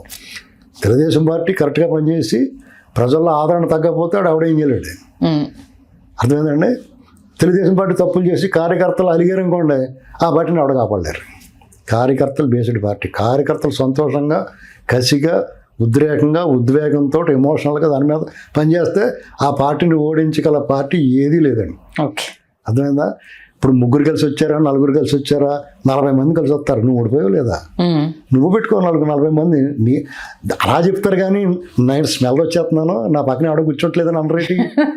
నేను దుర్గంధపూరితమైన ఆ మడుగు కుళ్ళిబాడినది.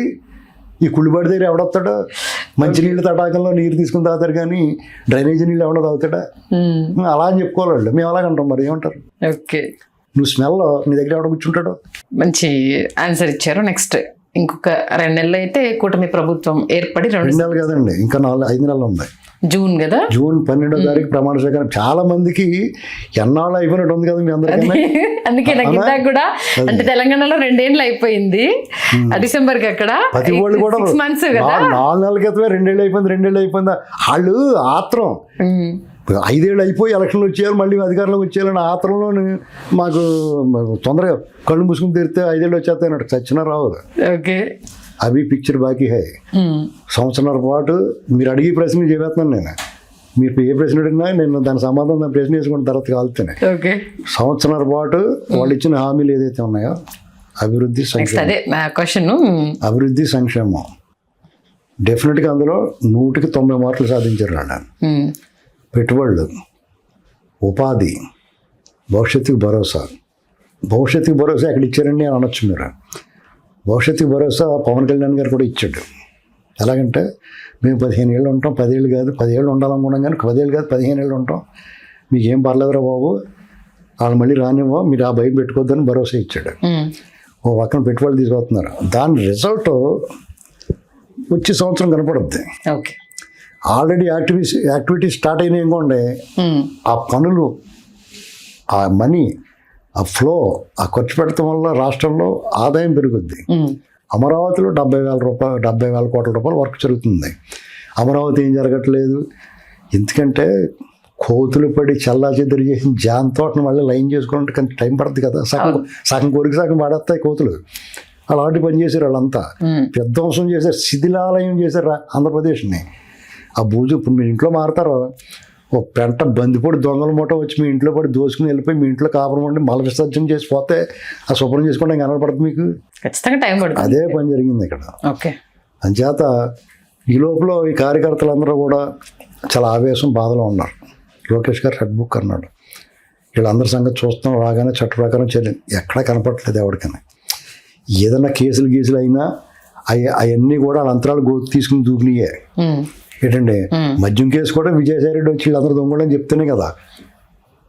పరకామణి కేసు కోర్టు, కల్తీ కూడా NDAB రిపోర్టు, ఇలాంటి అన్నిటి ద్వారా వచ్చిందంటే వీళ్ళు ఉద్దేశపూర్వకంగా ఎవరి మీద కేసు పెట్టాల, అసలు ఎవరి మీద పెట్టలేదు. దాని అక్రమ కేసులు డబ్బు దిగమంటున్నారు. వంశీతో సహా అందరూ గోతులు దిగిన వాళ్ళే. జోగి రమేష్ కూడా కల్తీ, దాడి పని ఏంటండి, అధికారంలో లేడు, వీళ్ళు కల్తీ వ్యాపారం చేసి వీళ్ళు బద్నాం చేయాలని కుట్రలు ఎందుకు చేయాలి? అతను నోరు మూసుకుని ఇంట్లో ఉంచవచ్చు కదా. పేరు నాని అతను దొరికినా కానీ అతను ఏమో చేశారు, వాళ్ళ ఆవిడని పట్టుకున్నారు, అరెస్ట్ చేయొద్దని చెప్పాడు చంద్రబాబు. మనకి ఆటంకం కలగకూడదు, అభివృద్ధికి కక్ష రాజకీయాలు చేయకూడదు, ఉద్దేశపూర్వకంగా వాళ్ళు ఇబ్బంది పెట్టకూడదు, వాళ్ళకి మనకి డిఫరెన్స్ కనిపించాలి ప్రజలకి అని చెప్పేసి వాళ్ళు స్పష్టంగా తేడా కనిపించేలా చేశారు. అది డెఫినెట్గా తెలుగుదేశం జనసేన వాళ్ళకి నచ్చలా. దీనికి సంబంధించి నాదొక ప్రశ్న, దీంతో పాటు ఒక 3 ప్రధాన ప్రశ్నలు ఉన్నాయి. ఇప్పుడు మీరు రెడ్ బుక్ సంబంధించి మీరు తీశారు కాబట్టి, అంటే నిన్న మొన్న జరిగిన అంబటి రాంబాబు గారి మీద జరిగిన దాడికి సంబంధించి గతంలో వాళ్ళు వచ్చి టీడీపీ ఆఫీస్ని ధ్వంసం చేశారు, మీరు వచ్చాక దాన్ని బాధ్యతగా తీసుకుంటానని చెప్పినప్పుడు అంబటి రాంబాబు మీద దాడి కావచ్చు, ఇంటి మీద దాడి కావచ్చు, పోలీసులు ఉన్నా కూడా మిన్నకుండా చూస్తున్నారనేది, జోగి రమేష్ ఇంటి పైన రాలేయడము, దగ్ధం చేయడం, ఇదంతా జరిగింది. అంటే మీరు అక్కడ చూసి ఆ పాలన ఉండకూడదు అనుకున్నప్పుడు మీ దగ్గర కూడా ఇదే పాలన కొనసాగుతున్నప్పుడు తేడా ఏంటని ఒక క్వశ్చన్ రేజ్ అవుతుంది. దీనికి ఏమంటారు? ఇప్పుడు పెద్ద మనుషులు, న్యూట్రల్స్, నీతి కౌలు చెప్పేవాళ్ళు, IYR కృష్ణారావు వాళ్ళు వచ్చి మాట్లాడతారు ఇప్పుడు. ఎందుకంటే ఖచ్చితంగా ప్రజాస్వామ్యంలో దాడులు, దుర్మార్గాలు, గృహదహనాలు అభిలషణీయం కాదు, ఆచరణీయం కాదు, ఆహ్వానించదగ్గది కాదు. ఖచ్చితంగా అది ఎప్పుడు కూడా వ్యక్తి స్వేచ్ఛకి భంగం కలిగించకూడదు, కుటుంబాలను భయప్రాంతాలకు గురి చేయకూడదు, అసహాయాల మీద దాడి చేయకూడదు. ఇది బేసిక్గా టీడీపీ సంవత్సరాల పాటించింది. మీరు చూసుకోండి వాళ్ళ అధికారం. ఇప్పుడు నిన్న జరిగిన ఇన్సిడెంట్ వాళ్ళ అధికారంలోకి వచ్చిన మనాడే చేయగలరు. వాళ్ళు అధికారం చేతిలో ఉంది, అప్రతిహత కంప్లీట్ విక్టరీ చేశారా. At the same time Jaganmohan Reddy గారు ఏం మాట్లాడుతున్నాడు, వచ్చి అంబటి రాంబాబు గారు ఏం మాట్లాడుతున్నాడు, జోగి రమేష్ గారు ఏం మాట్లాడుతున్నాడు, రోజా ఏం మాట్లాడుతుంది, ఇంకా ఇతర నాయకులు ఏం మాట్లాడుతున్నారండి? అది వాంఛనీయమా? మాట్లాడొచ్చు అలాగా? చట్టపరంగా చర్యలు తీసుకోవచ్చు కదా. అసలు చట్టపరంగా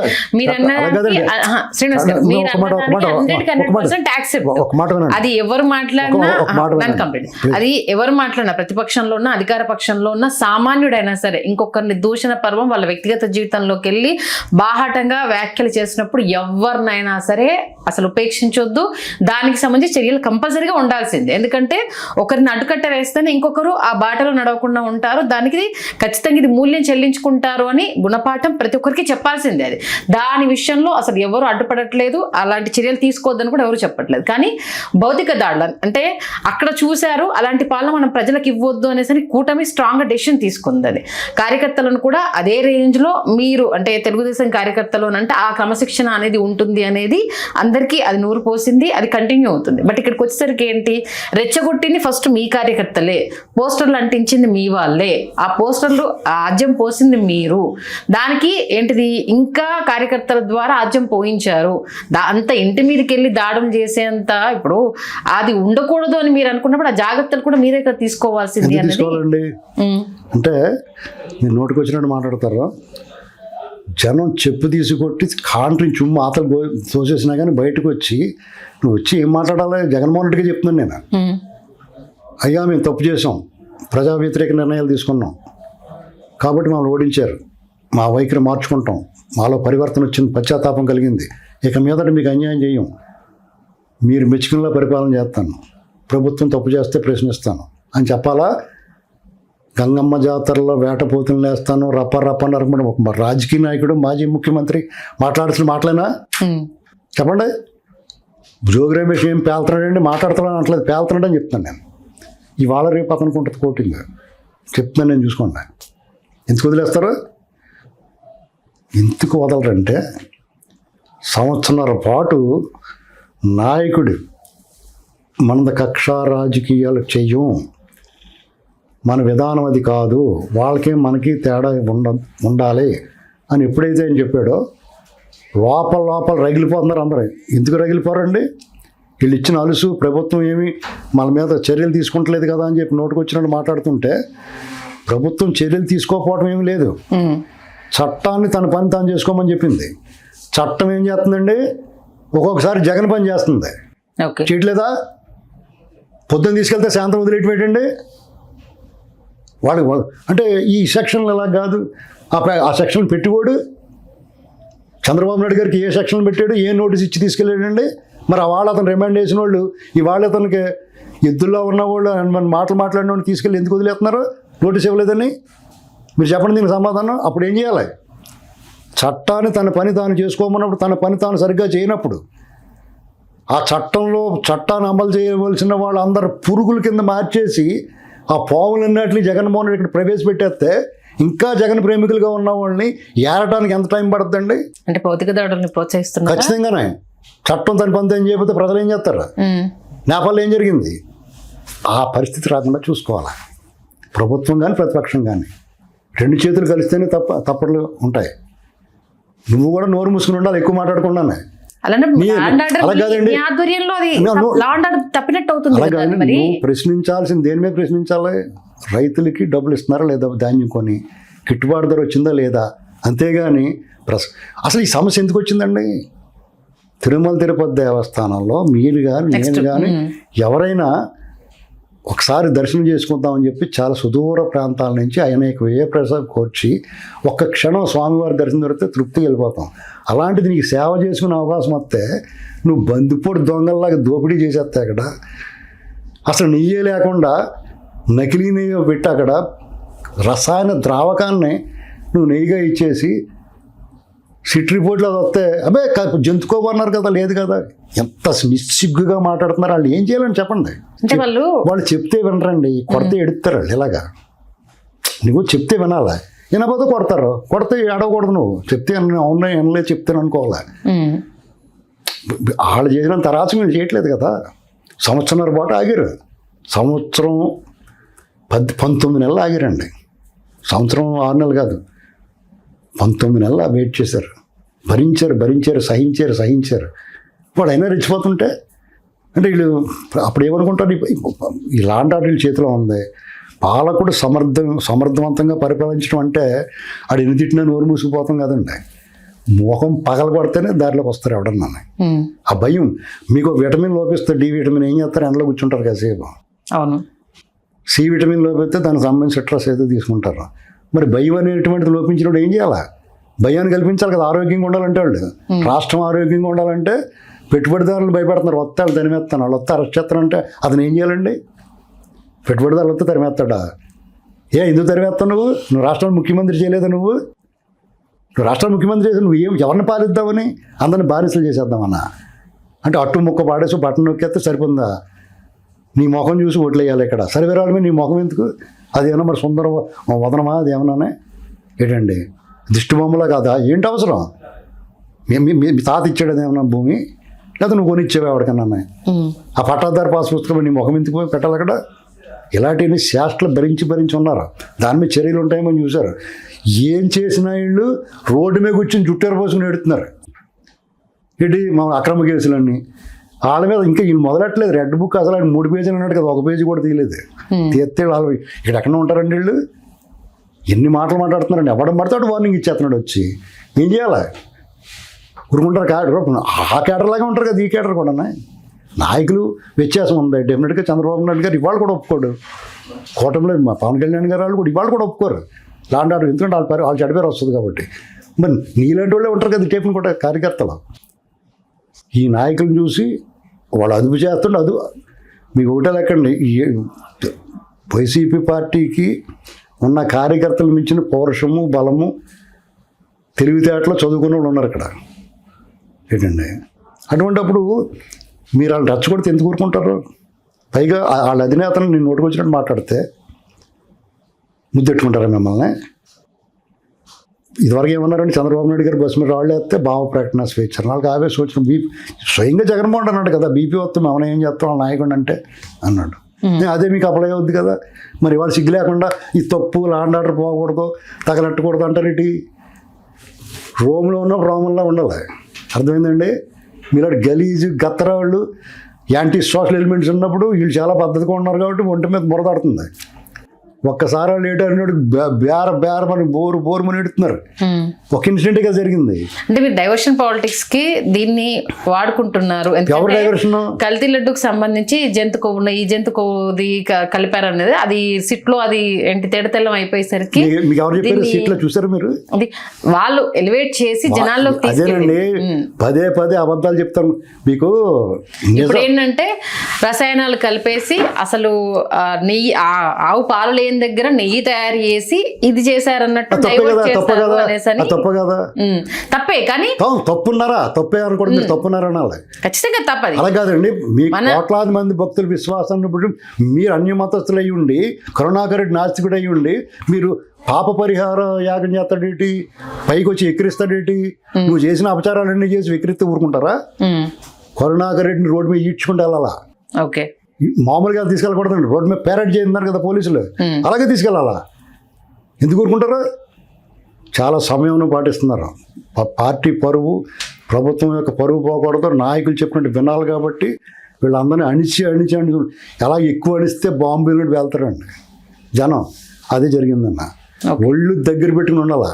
నువ్వు నోరు జారకూడదు. ఎవడున్నాయి నీకు విమర్శించు, నిశితంగా విమర్శించు, తీవ్రంగా విమర్శించు, కఠినంగా విమర్శించు, విధానాల మీద విమర్శించు. చంద్రబాబు గారు తల దూకోలేదు, లేకపోతే చొక్కా సరిగ్గా వేసుకోలేదు, లోకేష్ కొవ్వు ఎక్కువైంది, తక్కువైంది. ఒళ్ళు ఎలాగుంది? ఇలాంటి మాట్లాడితే లోకేష్ ఊరుకుంటాడేమో. ఖచ్చితంగా క్యాడర్ ఎవడో ఊరుకోడు. నీకు కూడా దేహశుద్ధి ఉంటుంది, అందులో అనుమానం లేదు. ఓపెన్గా చెప్తున్నాను నేను. అలాగే ప్రస్తుతం కల్తీ లడ్డు వ్యవహారం ఎక్కడి నుంచో మొదలయ్యి రాజకీయ నాయకులు వర్సెస్ వ్యక్తులు వర్సెస్ ఇప్పుడు క్యాస్ట్ పాలిటిక్స్ దాకా వచ్చింది. అంబటి రాంబాబు కాపు కాబట్టి కమ్మ వర్సెస్ కాపు అన్నదాన్ని తెర మీద తీసుకొస్తున్నారు. కూటమిలో కూడా కాపులకు అన్యాయం జరుగుతుంది, ఆ అక్కస్ని ఇక్కడ ఏంటిది దీనికి డైవర్ట్ చేస్తున్నారంటూ తెర మీద తీసుకొస్తున్నారు. దీనికి సంబంధించి మిమ్మల్ని అడిగితే మీరేం చెప్తారు? ఏముండదండి, ఎవరికి అన్యాయం జరిగిందండి? ఆ ఈక్వేషన్స్లో ఉంటుంది అంతే. ఇక్కడ ఎప్పుడు కూడా ఏ క్యాస్ట్ కానీ టీడీపీలో తూకం వేసి తీసుకుంటారు. వాళ్ళు అన్నట్లకి చేతగా తూకం వేస్తారు. ఎవరికి అన్యాయం జరగదండి. సామాజిక న్యాయం అసలు చేసలు అంటే మీకు మొత్తం అందరినీ ఒకళ్ళనే పెట్టేసుకుంటే బాగా న్యాయం జరిగినట్టేమో జగన్మోహన్ రెడ్డి లాగా. ఓకే, బాగుంది అది. ఇప్పుడు మొన్న ఇచ్చిన పార్టీ ఓడిపోయిందో ఓడగొట్టిన మంచం కూడా అయిపోయిన తర్వాత కూడా వాళ్ళకి ఇచ్చేసుకున్నాడు అన్ని. అంచేత దాని గురించి మాట్లాడే అర్హత ఎవరికీ లేదు. అర్థమైందండి. ఇంకో విషయం చెప్పమంటారా, ప్రతి ఓడు కులంగాడు తీస్తున్నాడు, ఏమీ పని జరగదండి. ఎవరికాడు ఇప్పుడు నువ్వు కులంగాడు తీయాలంటే నువ్వు ఎంతమంది నీ కులపోళ్ళని చూసుకున్నావు, నీకున్న డబ్బు నీ కులపోళ్ళకి ఎందుకు లేదు, నీ చుట్టాల్లో కూడా నీ తమ్ముడికి కూడా ఎందుకు లేదు అనేటువంటిది ఆలోచించుకుంటే లేవలేకపోతుంది. అందరికీ ఆ మాత్రం ఆలోచన ఉందో, అందరూ చదువుకున్నారో. ఎప్పుడు జమానాలో స్వాతంత్రం వచ్చినప్పుడు ఉన్న అవిద్య అవివేకం ఉన్న రోజులు కాదు. ప్రతి ఓడికి నీ పక్కన వాడు ఎదిగితే ఆడు తమ్ముడా అన్న కొడుక సొంత మనుషులు ఎదిగితేనే ఆడ ఏడ్చే రోజులు. కాబట్టి ఈ కులం మతం ఏమి పనిచేయవు. ఇంకా కొంచెం మతం మత్తు మందిలాగా పనిచేద్దాం. ఏంటండి, కులానికి ఏమి ఉండదండి. ఎందుకంటే ఏ కులంలో పెద్ద పెద్ద టైకులు అనుకున్న వాళ్ళ ఇంట్లో పెళ్ళిళ్ళు ఎవరితో చేసుకుంటున్నారు. ఇంకా అటువంటి అప్పుడు ఎవడు పట్టించుకోవట్లేదండి. అర్థమైందా? దాని గురించి ఎక్కువ మాట రాంబాబు కులం కాపు నేత, వైసీపీ నేత అయితే కాపు నేత అని మాట్లాడుతున్నారు. వాళ్ళు ట్రై చేస్తున్నారు, తప్పులేదు, వాళ్ళు ట్రై చేసుకుంటారు. ఆత్మాను పని జరగదు కదా. అది ఎప్పుడో 89లో పని జరిగింది వాళ్ళకి. దాన్ని వెంటనే 97లో తెలుసుకున్నారు ప్రజలు. 2 ఏళ్ళు కూడా పట్టలేదు. జడ్పీటీసీ జరిగి 30 జరిగితేనే అప్పుడే తెలిసేసుకున్నారు. కాబట్టి జనాల అమాయకులు కాదండి. జగన్మోహన్ రెడ్డి అందులో అతను పరిపాలన చూసేసిన తర్వాత అతను ఏం చేసినా ఒప్పుకోరు జనం. అంటే దాన్ని ఎలా తీసుకొచ్చారంటే, ఇప్పుడు కూటమిలో 60-30-10 రేషియోలో నామినేటెడ్ పోస్ట్ రావాలి. బొలిశెట్టి సత్యనారాయణ గారు జనసేన నా దగ్గర అసలు అతను జనసేన వాడు కాదు. అతను జగన్ పవన్ అన్నను ప్రేమిస్తాను, జగన్ అన్న కూడా అతను బ్యాచ్. అతని గురించి నేను మాట్లాడినా. ఎందుకంటే అతను జనసేన గురించి చూడను. వాళ్ళ అమరావతికి కేసులు వేసినాడు అతను, ఇవాళ బేకట్లేదని మాట్లాడాడు. కాబట్టి ఇంకా దాని గురించి మాట్లాడు. ఓకే, నెక్స్ట్ మీరు అలాంటి వాళ్ళు ఎంచుకోకుండా కొంతమంది టీవీలో ఏకంగా డిబేట్లు నిర్వహించే వాళ్ళు ఉన్నారు. వాళ్ళు బోరు పని కులం మీద ఎడతారు. వాళ్ళకి ఏం రోగం నాకు అర్థం అవుతా. వాళ్ళకి ఏం చేశారు. ఇది ఒక రకమైన విద్వేషం ఉండదు. నేను ముందే చెప్పాను, నన్ను పెళ్ళికొడుకుని ఒక కాపుల ఇంట్లో చేశారు. నాకు అత్యంత సన్నిహితం. నా మిత్రులు ఇవాళకి కూడా 40-50 ఏళ్ళ నుంచి 2 కాపులు, ఒక బ్రాహ్మణ ఆయన ఇలాగ ఉంటారు నా సర్కిల్లో. అందరికి అమ్మోళ్ళు ఉంటారండి. నాకు అత్యంత సన్నిహితులు, నన్ను అభిమానించే వాళ్ళు, నాతో నా జీవితంలో నేను ఎప్పుడో దెబ్బతిన్నప్పుడు నాకు హెల్ప్ చేసిన వాళ్ళు కాపులే. అలాగే నేను కూడా వాళ్ళకే చేస్తాను. ఇది ఊరికే ఇది ఎవరికాడికి ఉంటారండి. అలాగా వీళ్ళు ఊరికే ఎలక్షన్ కోసం వారు ఈ జనాల్లో ఎప్పటికప్పుడు ట్రాన్స్ఫర్మేషన్ వస్తుంది. ఇంకా క్లారిటీ వచ్చింది. ఇప్పుడు వీడు ఎవడన్నా కులం పేరు ఎత్తాడంటే ఎల్లరా బాబు పని చూసుకోమని చెప్తారు. దాని గురించి అలా మనం నాలంటూ డిస్కస్ చేయకూడదు. చాలా బోల్డ్ స్టేట్మెంట్లు ఉంటాయి. అర్థమైందండి. అంచేత మీరు కలపకుండా ఉంటే మంచిది. అంటే ఇప్పుడు రాబోయే రోజుల్లో రెడ్ బుక్ రాజ్యాంగం సీరియస్ ఖచ్చితంగా అమలు చేయాలని కోరుకుంటున్నారు కేడర్. అది కూడా చట్ట ప్రకారమే చేయమంటున్నారు. ఆవిడ కొట్టి చంపేయమంటారు. నేను కూడా చెప్తాను. ఇప్పుడు జోగి రమేష్ ఉన్నాడు, అతను ఇంటి మీద వెళ్ళకూడదు. వాడు నిన్న కూడా మాట్లాడాడు. అతను లోకేష్ గారిని రోడ్డు మీద తరిమించాను, కొట్టు అయితేనని చెప్పి తీసుకెళ్ళి కూర్చోబెట్టాలి. రాష్ట్రం అంతా పర్యటన చేయించాలి. అంతే సింపుల్. తప్పదు పులిసి కారిపోద్ది. అందులో మొహమాట అక్రమ కేసు పెట్టక్కడ వాళ్ళు చేసిన తప్పుకే పెడితే చాలు. ఖచ్చితంగా వాళ్ళు ఆల్రెడీ ఒక మద్యం కేసులో వెళ్ళాడు. ఇది అగ్రిగోల్డ్ కేసులు ఉన్నాయి. అవన్నీ తెస్తారు, ఏం వదలరండి. దేన్ని వదలరు. అవన్నీ తీస్తారని తెలిసి ఇలాగ అరిస్తే రేపు పొద్దున ఇలాగ అరిసం కాబట్టి మమ్మల్ని పెట్టారని ఏడవడానికి అంతే. మీకు ఫైనల్గా నేను ఒకటి ఓపెన్గా చెప్తున్నానండి, జగన్మోహన్ రెడ్డిని వేయలేదేటని చాలామంది అడుగుతున్నారు. 13 ఏళ్ళ నుంచి బయట తిరుగుతున్నాడు. అతను అన్ని కేసుల్లోనూ అతనే సెంట్రలైజ్డ్ క్రైమ్.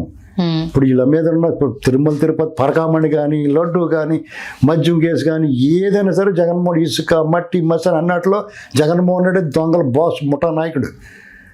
వీళ్ళందరి మీద ఉంటున్నాయి కేసులు. అసలు వాళ్ళ దగ్గరికి వెళ్తలేదు అంటున్నారు. నిజమే కదా అది. తిరుమల తిరుపతి దేవస్థానంలో సిట్టు కూడా సుబ్బారెడ్డిని ఎందుకు పెట్టలేదండి అంటే సుబ్బారెడ్డి చెప్పకుండా అయిపోద్ది పని. ఇప్పుడు అక్కడ ఇప్పుడున్న ప్రజెంట్ చైర్మన్ని రోడ్డు మీద ఎవడో విగ్రహం వదిలేసిపోతే ఎవడితో విగ్రహం వాడు స్టూడియోలో ఆ చెక్కుని కాడ వదిలేసిపోతే నాయుడు గారికి సంబంధం అంటాడు. తొక్కిసలాట జరిగితే నాయుడు గారికి సంబంధం అంటాడు. గోశాల జరిగితే నాయుడు గారికి సంబంధం అంటాడు. ఒక కరుణాకర్ రెడ్డి రాజశేఖర రెడ్డిలా యాక్ట్ చేస్తాడు. ఇలాగొచ్చి ఏంటండి మరి వాళ్ళు అని 20 కోట్ల లడ్డూలు, 60 లక్షల 60,000 టన్నుల నెయ్యి వాడి అది సుబ్బారెడ్డి తెలియదా అంటే ఏం చేస్తాడు? తూర్పు తిరిగి దండం పెడుతున్నాడు ఏమన్నా అంటే రేట్లు ఎంత పెంచాలో అదంతా ఇదంతా పాట పెడతాడు. అతను తెలియదా? ధర్మారెడ్డికి తెలియదా? ఎవడు చెక్ కట్టుకొచ్చినా కానీ గళ్ళలుంగి వేసుకుని బనీని వేసుకుని పాత సినిమాల్లో ఉంటారు కదా కొంతమంది, అలాగా చెక్కులు ఇచ్చుకుంటాం. ఫోటోలు చూడలేదా మనం? ఏంటండి ఇలాంటప్పుడు మరి ఇతను ఎందుకు పెట్టలేదు అంతనే నేను చెప్తాను. ఇప్పుడు అనిల్ కుమార్ సింఘాల్ ఉన్నాడు, అతన్నే తప్పించారు వీళ్ళు జవహర్ రెడ్డి ధర్మారెడ్డిని పెట్టుకున్నారు. అతను కూడా ఇరికించి రాశాడు. పాము దూరేసింది సీట్లో కూడా. వాళ్ళు పెడతారు, అదే సిస్టంలో మనుషులు పెట్టేసుకున్నారు వాళ్ళు. ఓకే, మీరు ఎవరిని కానీ వాళ్ళ మనుషులు ఉంటారు అందులో. కేంద్రంలో అది కేంద్రం నుంచి ఏం లేదండి. కేంద్రంలో సపోర్ట్ వాళ్ళు ఏం చేస్తారు? వాళ్ళకి ఏంటి అవసరం? నేను అనుకునేవాడు, నేను కూడా ఒకప్పుడు ఉన్నదేమో. వాళ్ళకి కేంద్రం ఎలా ఉంటుంది అంటే మీతో పని ఉంటేనే మీతో మాట్లాడతారు, పని అయిపోయింది ఎవరు నువ్వు అంటారు. జగన్తో వాళ్ళకి ఏం పని? ఇప్పుడు జగన్తో ఏంటి అవసరం వాళ్ళకి చెప్పండి? జగన్తో ఏంటి అవసరం? మీకంటున్న సత్సంబంధాలు కేంద్రంతో ఉన్నప్పుడు వీళ్ళు సత్సంబంధాలు ఉన్నాయి. సత్సంబంధాలు ఉన్నప్పుడు దాన్ని మిస్యూజ్ చేయరండి. అంటే అరెస్ట్ చేయడానికి లేకపోతే చంద్రబాబు గారిని జైల్లో పెట్టినట్టు పెట్టమని అడగడు చంద్రబాబు గారు. అతను తప్పు చేస్తే పెట్టమంటాడు. అవాళ్ళు కూడా అయినా చట్టాలు మీరు సహకరించండి అంటే సహకరించాడు అంతే. అవాళ్ళు కూడా నో అంటే ఏం చేస్తారు? కేసీఆర్ గారు నేను రానంటే వాళ్ళు ఇంటికి వెళ్ళి చేశారు లేదా? మరి ఎందుకు చేయలేదు అక్కడ ఆంధ్రప్రదేశ్లో? కాబట్టి తెలుగుదేశం పార్టీ అనేటువంటి ప్రత్యేకం. తెలుగుదేశం పార్టీతో కలిసిన వాళ్ళు కూడా ఓటు చేరుస్తారు. వాళ్ళు వద్దనుకున్న వాళ్ళు పోయారు. ఏంటండి ఇప్పుడు పవన్ కళ్యాణ్ గారికి వాళ్ళ మధ్య బాండింగ్ బ్రహ్మాండంగా ఉంది. దాన్ని చెడగొడతానికి ఇష్టం. విజయసాయి స్వయంగా చెప్పాడు కదా, వాళ్ళిద్దరు కలిసి ఉంటే మనం ఏం చేయాలి, వాళ్ళు ఎడగొట్టాలనుకుంటా. నీ కుట్ర అక్కడే. అంతేగాని బాగా పనిచేద్దాం, మంచి పథకాలు చెప్తాం, ఇంకా కొత్తగా కనిపెడదాం, లేకపోతే మనలో మార్పు చూపిద్దాం, మన భాష మాట్లాడతాం, ఇది దుర్మార్గమైన భాష మాట్లాడుతూ మానేద్దాం, అందంగా వేదాలు నేర్చుకుందాం, కొంతమంది బ్రాహ్మణులు వాళ్ళని మంచి వాళ్ళని తెచ్చుకుని వాళ్ళ చేత మంచి భాష నేర్చుకుందాం. ప్రతిరోజు ఈనాడు చదివితే మంచి భాష వస్తుంది. అవన్నీ మాట్లాడి సాక్షి చదివితే ఇలాంటి పెంట భాష వస్తుంది. ఏంటండి అలాగా వాళ్ళందరూ మార్పు వచ్చింది నాలో. నేను తప్పు అయిపోయింది, నేను తప్పు చేశాను, ఈసారి అవన్నీ మాస్క్ లేదని చెప్పేసి దళితుడిని చంపాను, నేను దళితుడిని చంపి హోమ్ డెలివరీ ఇస్తాను, నా పక్కన కూర్చోబెట్టుకోను, ఇలాంటివి చెప్పాలా. అంతేగాని నేను ఇంకా నరికేస్తాను, మొక్కల కింద కొట్టేస్తాను, ఎవరినో అరెస్ట్ చేస్తాను, మీ సంగతి చూస్తాను అంటే అమ్మని అమ్మీడు ఇలాగ అంటారు. బాబులు రానికూడదు అనుకుంటారు. ఎందుకనుకుంటారు? దమ్ముంటే అన్న ల్యాండ్ టైటిల్ యాక్ట్ రద్దు చేసింది కదా ఈ కూటమి ప్రభుత్వం, నేను మళ్ళీ పెడతానని చెప్పమనండి అతన్ని. నేను ల్యాండ్ టైటిల్ యాక్ట్ మళ్ళీ పెడతాను, మీ భూమిని లాగేసుకుంటాను, నన్ను గెలిపించంటారా చూద్దామనండి అనమనండి. ఏమనరు. ఏంటండి అలాగే హాస్పిటల్ పీపీటీ విధానానికి సంబంధించి మేము కట్టిన హాస్పిటల్స్ ని అది చూపించకుండా పీపీటీ విధానంతో దోచుకునే ప్రయత్నం చేస్తున్నారు అంటూ ఆ అంశాన్ని బాగా హైలైట్ చేసే ప్రయత్నం చేస్తున్నారు. దీని గురించి ఏమంటారు? ఇప్పుడు వాళ్ళు అరుచుకుంటారండి, జనాలు పట్టించుకునే విషయం ఉండదు ఇందులో. కోటి సంతకాలు అన్నాడు, ఎన్ని అయినాయి మీకన్నా చెప్పగలరా? కోటి సంతకాలు పెట్టారు లేదా? వాళ్ళు ఎన్ని బతుకంతా అబద్ధం అండి, వాళ్ళు ఫేక్. ఇప్పుడు వాళ్ళు ఫేక్ గేమ్ ఆడతారు, ఫౌల్ గేమ్ ఆడతారు. చంద్రబాబు నాయుడు గారు ఫేర్ గేమ్ ఆడతారు. అంచేత మనకు వెనకబడినట్టు కనిపిస్తాడు ఆయన. వాళ్ళ కార్యకర్తలు కూడా బాధ ఉంటుంది, ఆడ అలాగ ఉన్నప్పుడు మనం ఎందుకు ఇలా ఉండాలని. అదే ఆవేదన అంతే. మీరు నిన్న జరిగిన అంబటి రాంబాబు గారి ఇన్సిడెంట్ జగన్మోహన్ రెడ్డికి లేకపోతే వైసీపీకి హెచ్చరిక కాదండి, కూటమి ప్రభుత్వానికి కూడా హెచ్చరిక. అది మీరు చట్ట ప్రకారం చర్యలు వేగవంతంగా తీసుకోకపోతే దొరికినట్టు లోపల పెట్టాలి. తప్పు చేసిన వాడిని వాళ్ళ పట్ల ఏమాత్రం ఉదాసీనత ఉపేక్షించినా మా చేతిలో తీసుకుంటాం అనేటువంటిది కనిపించింది అక్కడ. ఓకే, అర్థమైందండి. దీన్ని ప్రభుత్వం కూడా తీసుకోవాలి, ఆలస్యం చేయకూడదు. జోగి రమేష్ నన్ను ఎక్కువ మాట్లాడాడు. వ్యవస్థలు కూడా టేకప్ చేయాలి దీన్ని. నువ్వు లాండ్ ఆర్డర్ కాపాడాలనుకుంటే ఫ్లెక్సీలు కట్టొద్దండి, లేకపోతే ఫ్లెక్సీలకి వెళ్ళొద్దు, చంపడానికి వెళ్ళొద్దండి అని చెప్పకూడదు. నువ్వు ఫ్లెక్సీలు చంపడానికి వెళ్ళి కూడా మోకాలు చెప్పులు తీసేయాలి. అక్కడే ప్రజాస్వామ్యతంగా కట్టుకున్నారు, నువ్వు కట్టుకో కాలుతని, అంతే కదా. లేదు మేము కలుతున్నాయి కదా మంచిగా ఇచ్చాం, 100 ఆవులు పెంచాం, నా ఫోటోలు తీసి పెట్టించుకో, నువ్వు నేను ఎవడొద్దన్నాడు. దీనికి ఎలాగంటున్నారు? రేపు నుంచి జగన్ అరాచకాలన్నీ అన్ని గ్రామాల్లోనూ, ప్రధాన కూడళ్ళలోనూ, పట్టణాల్లోనూ, మండల కేంద్రాల్లోనూ, జిల్లా కేంద్రాల్లోనూ పెడతారు రేపు నుంచి. ఈయన డాక్టర్ సుధాకర్ గారి విగ్రహం ఒక ఏరియా హాస్పిటల్లో పెడతారు. ఆయన పెడరెక్కలు విడిచికట్టిన ఫోటోలు వస్తాయి అన్నీ. దళితుడు సుబ్రహ్మణ్యాన్ని కొట్టి చంపేసి ఇంటికి పంపించిన ఇవన్నీ వస్తాయి. నువ్వు ఎక్కడ ఆపుతావు? నువ్వు రోజు ఎక్కువ మాడితే మొహం మాలు కొడతారు. నువ్వు కూడా అలాంటి దాన్ని చేయాలంటే ఏం చేయగలుగుతావు నువ్వు? కాబట్టి ముసుగురు కూర్చోవాలా. ఈ ప్రభుత్వం తప్పులు చేస్తుంది, ఖచ్చితంగా తప్పు చేస్తారు. ఆ తప్పు చేసే వరకు ఆగాల, లేకపోతే తప్పు చేయకుండా ఆపాలా. తప్పు చేసిన తర్వాత నువ్వు విమర్శించాలా, ప్రజలను ఒప్పించాలా, మెప్పించాలి నువ్వు అధికారంలో రావాలంటే. కానీ నీకు అర్హతలన్నీ కోల్పోయావు కదా. నేను అధికారాన్ని చూస్తారు ఒకసారి. ఫైనల్గా మాట చెప్తానండి మీకు, మీరు మీ ఇంట్లో పనివాడు ఉన్నాడు, బ్రహ్మాండంగా పనిచేస్తున్నాడు. మీరు చెప్పినా చేస్తున్నాడు, చెప్పకపోయినా కూడా చేస్తున్నాడు. పైగా మీ తోటలో మొక్కలు పెంచి ఆదాయం కూడా పెంచుతున్నాడు. ఈ లోపల ఒక ఆవిడ అతను తీసుకుని వచ్చింది, అలా అని చచ్చిపోయాడండి. వాళ్ళ చిన్నాన్ని చంపేశారు, ఇన్ని కూడా చంపేస్తాను చూస్తున్నారు, ఓ ఛాన్స్ ఇవ్వండి, మీ ఇంట్లో పనికి పెట్టుకుని అన్నారు. మీరు ఏ మూడ్లో ఉన్నారో మీ ఓన్ తీసేసి, ఆల్రెడీ బాగా పని చేసి వాడిని తీసేసి ఇతను పెట్టుకున్నారు. వాడు వచ్చిన కాడి నుంచి లోపలికి వెళ్ళిపోయి రావట్లేదు, బయటలో గదిలో పడుకుంటున్నాడు. తలుపు కొట్టి కేకేస్తుంటే ఎరి చూపులు చూస్తున్నాడు, ఎరికేకలేస్తున్నాడు. మధ్యలో వాచీలు, ఉంగరాలు, పర్సులు దొబ్బేస్తున్నాడు. ఇదేటని అడిగితే కొడుతున్నాడు. అప్పుడు నీ దండంలో బాబుని తోసేశారు బలవంతం, మీ చుట్టాలను గట్ట కేకేసి వచ్చి తీసుకొచ్చి ఇద్దరు ముగ్గురు కలిపి తోసేశారు బయటికి. తోసిన తర్వాత మీరు ఏం చేస్తారా, పనివాడు ఎక్కడున్నాడు వెతుకుంటారా, ఖచ్చితంగా వెతికి తెచ్చుకుంటారా, ఘన స్వాగతం పెడతారా, ఆడికి ఇస్తాను జీతం ఎక్కువ ఇస్తారా. అలాగే చంద్రబాబు గారిని కూటమి ప్రభుత్వం ఎక్కువ మెజారిటీ ఇచ్చి బాబుని ఉండరాయి బాబు అన్నారు. మాకు పనివాడు కావాలి కానీ పనికి మాలినోడు వద్దనుకున్నారా. అంతే అయిపోయింది.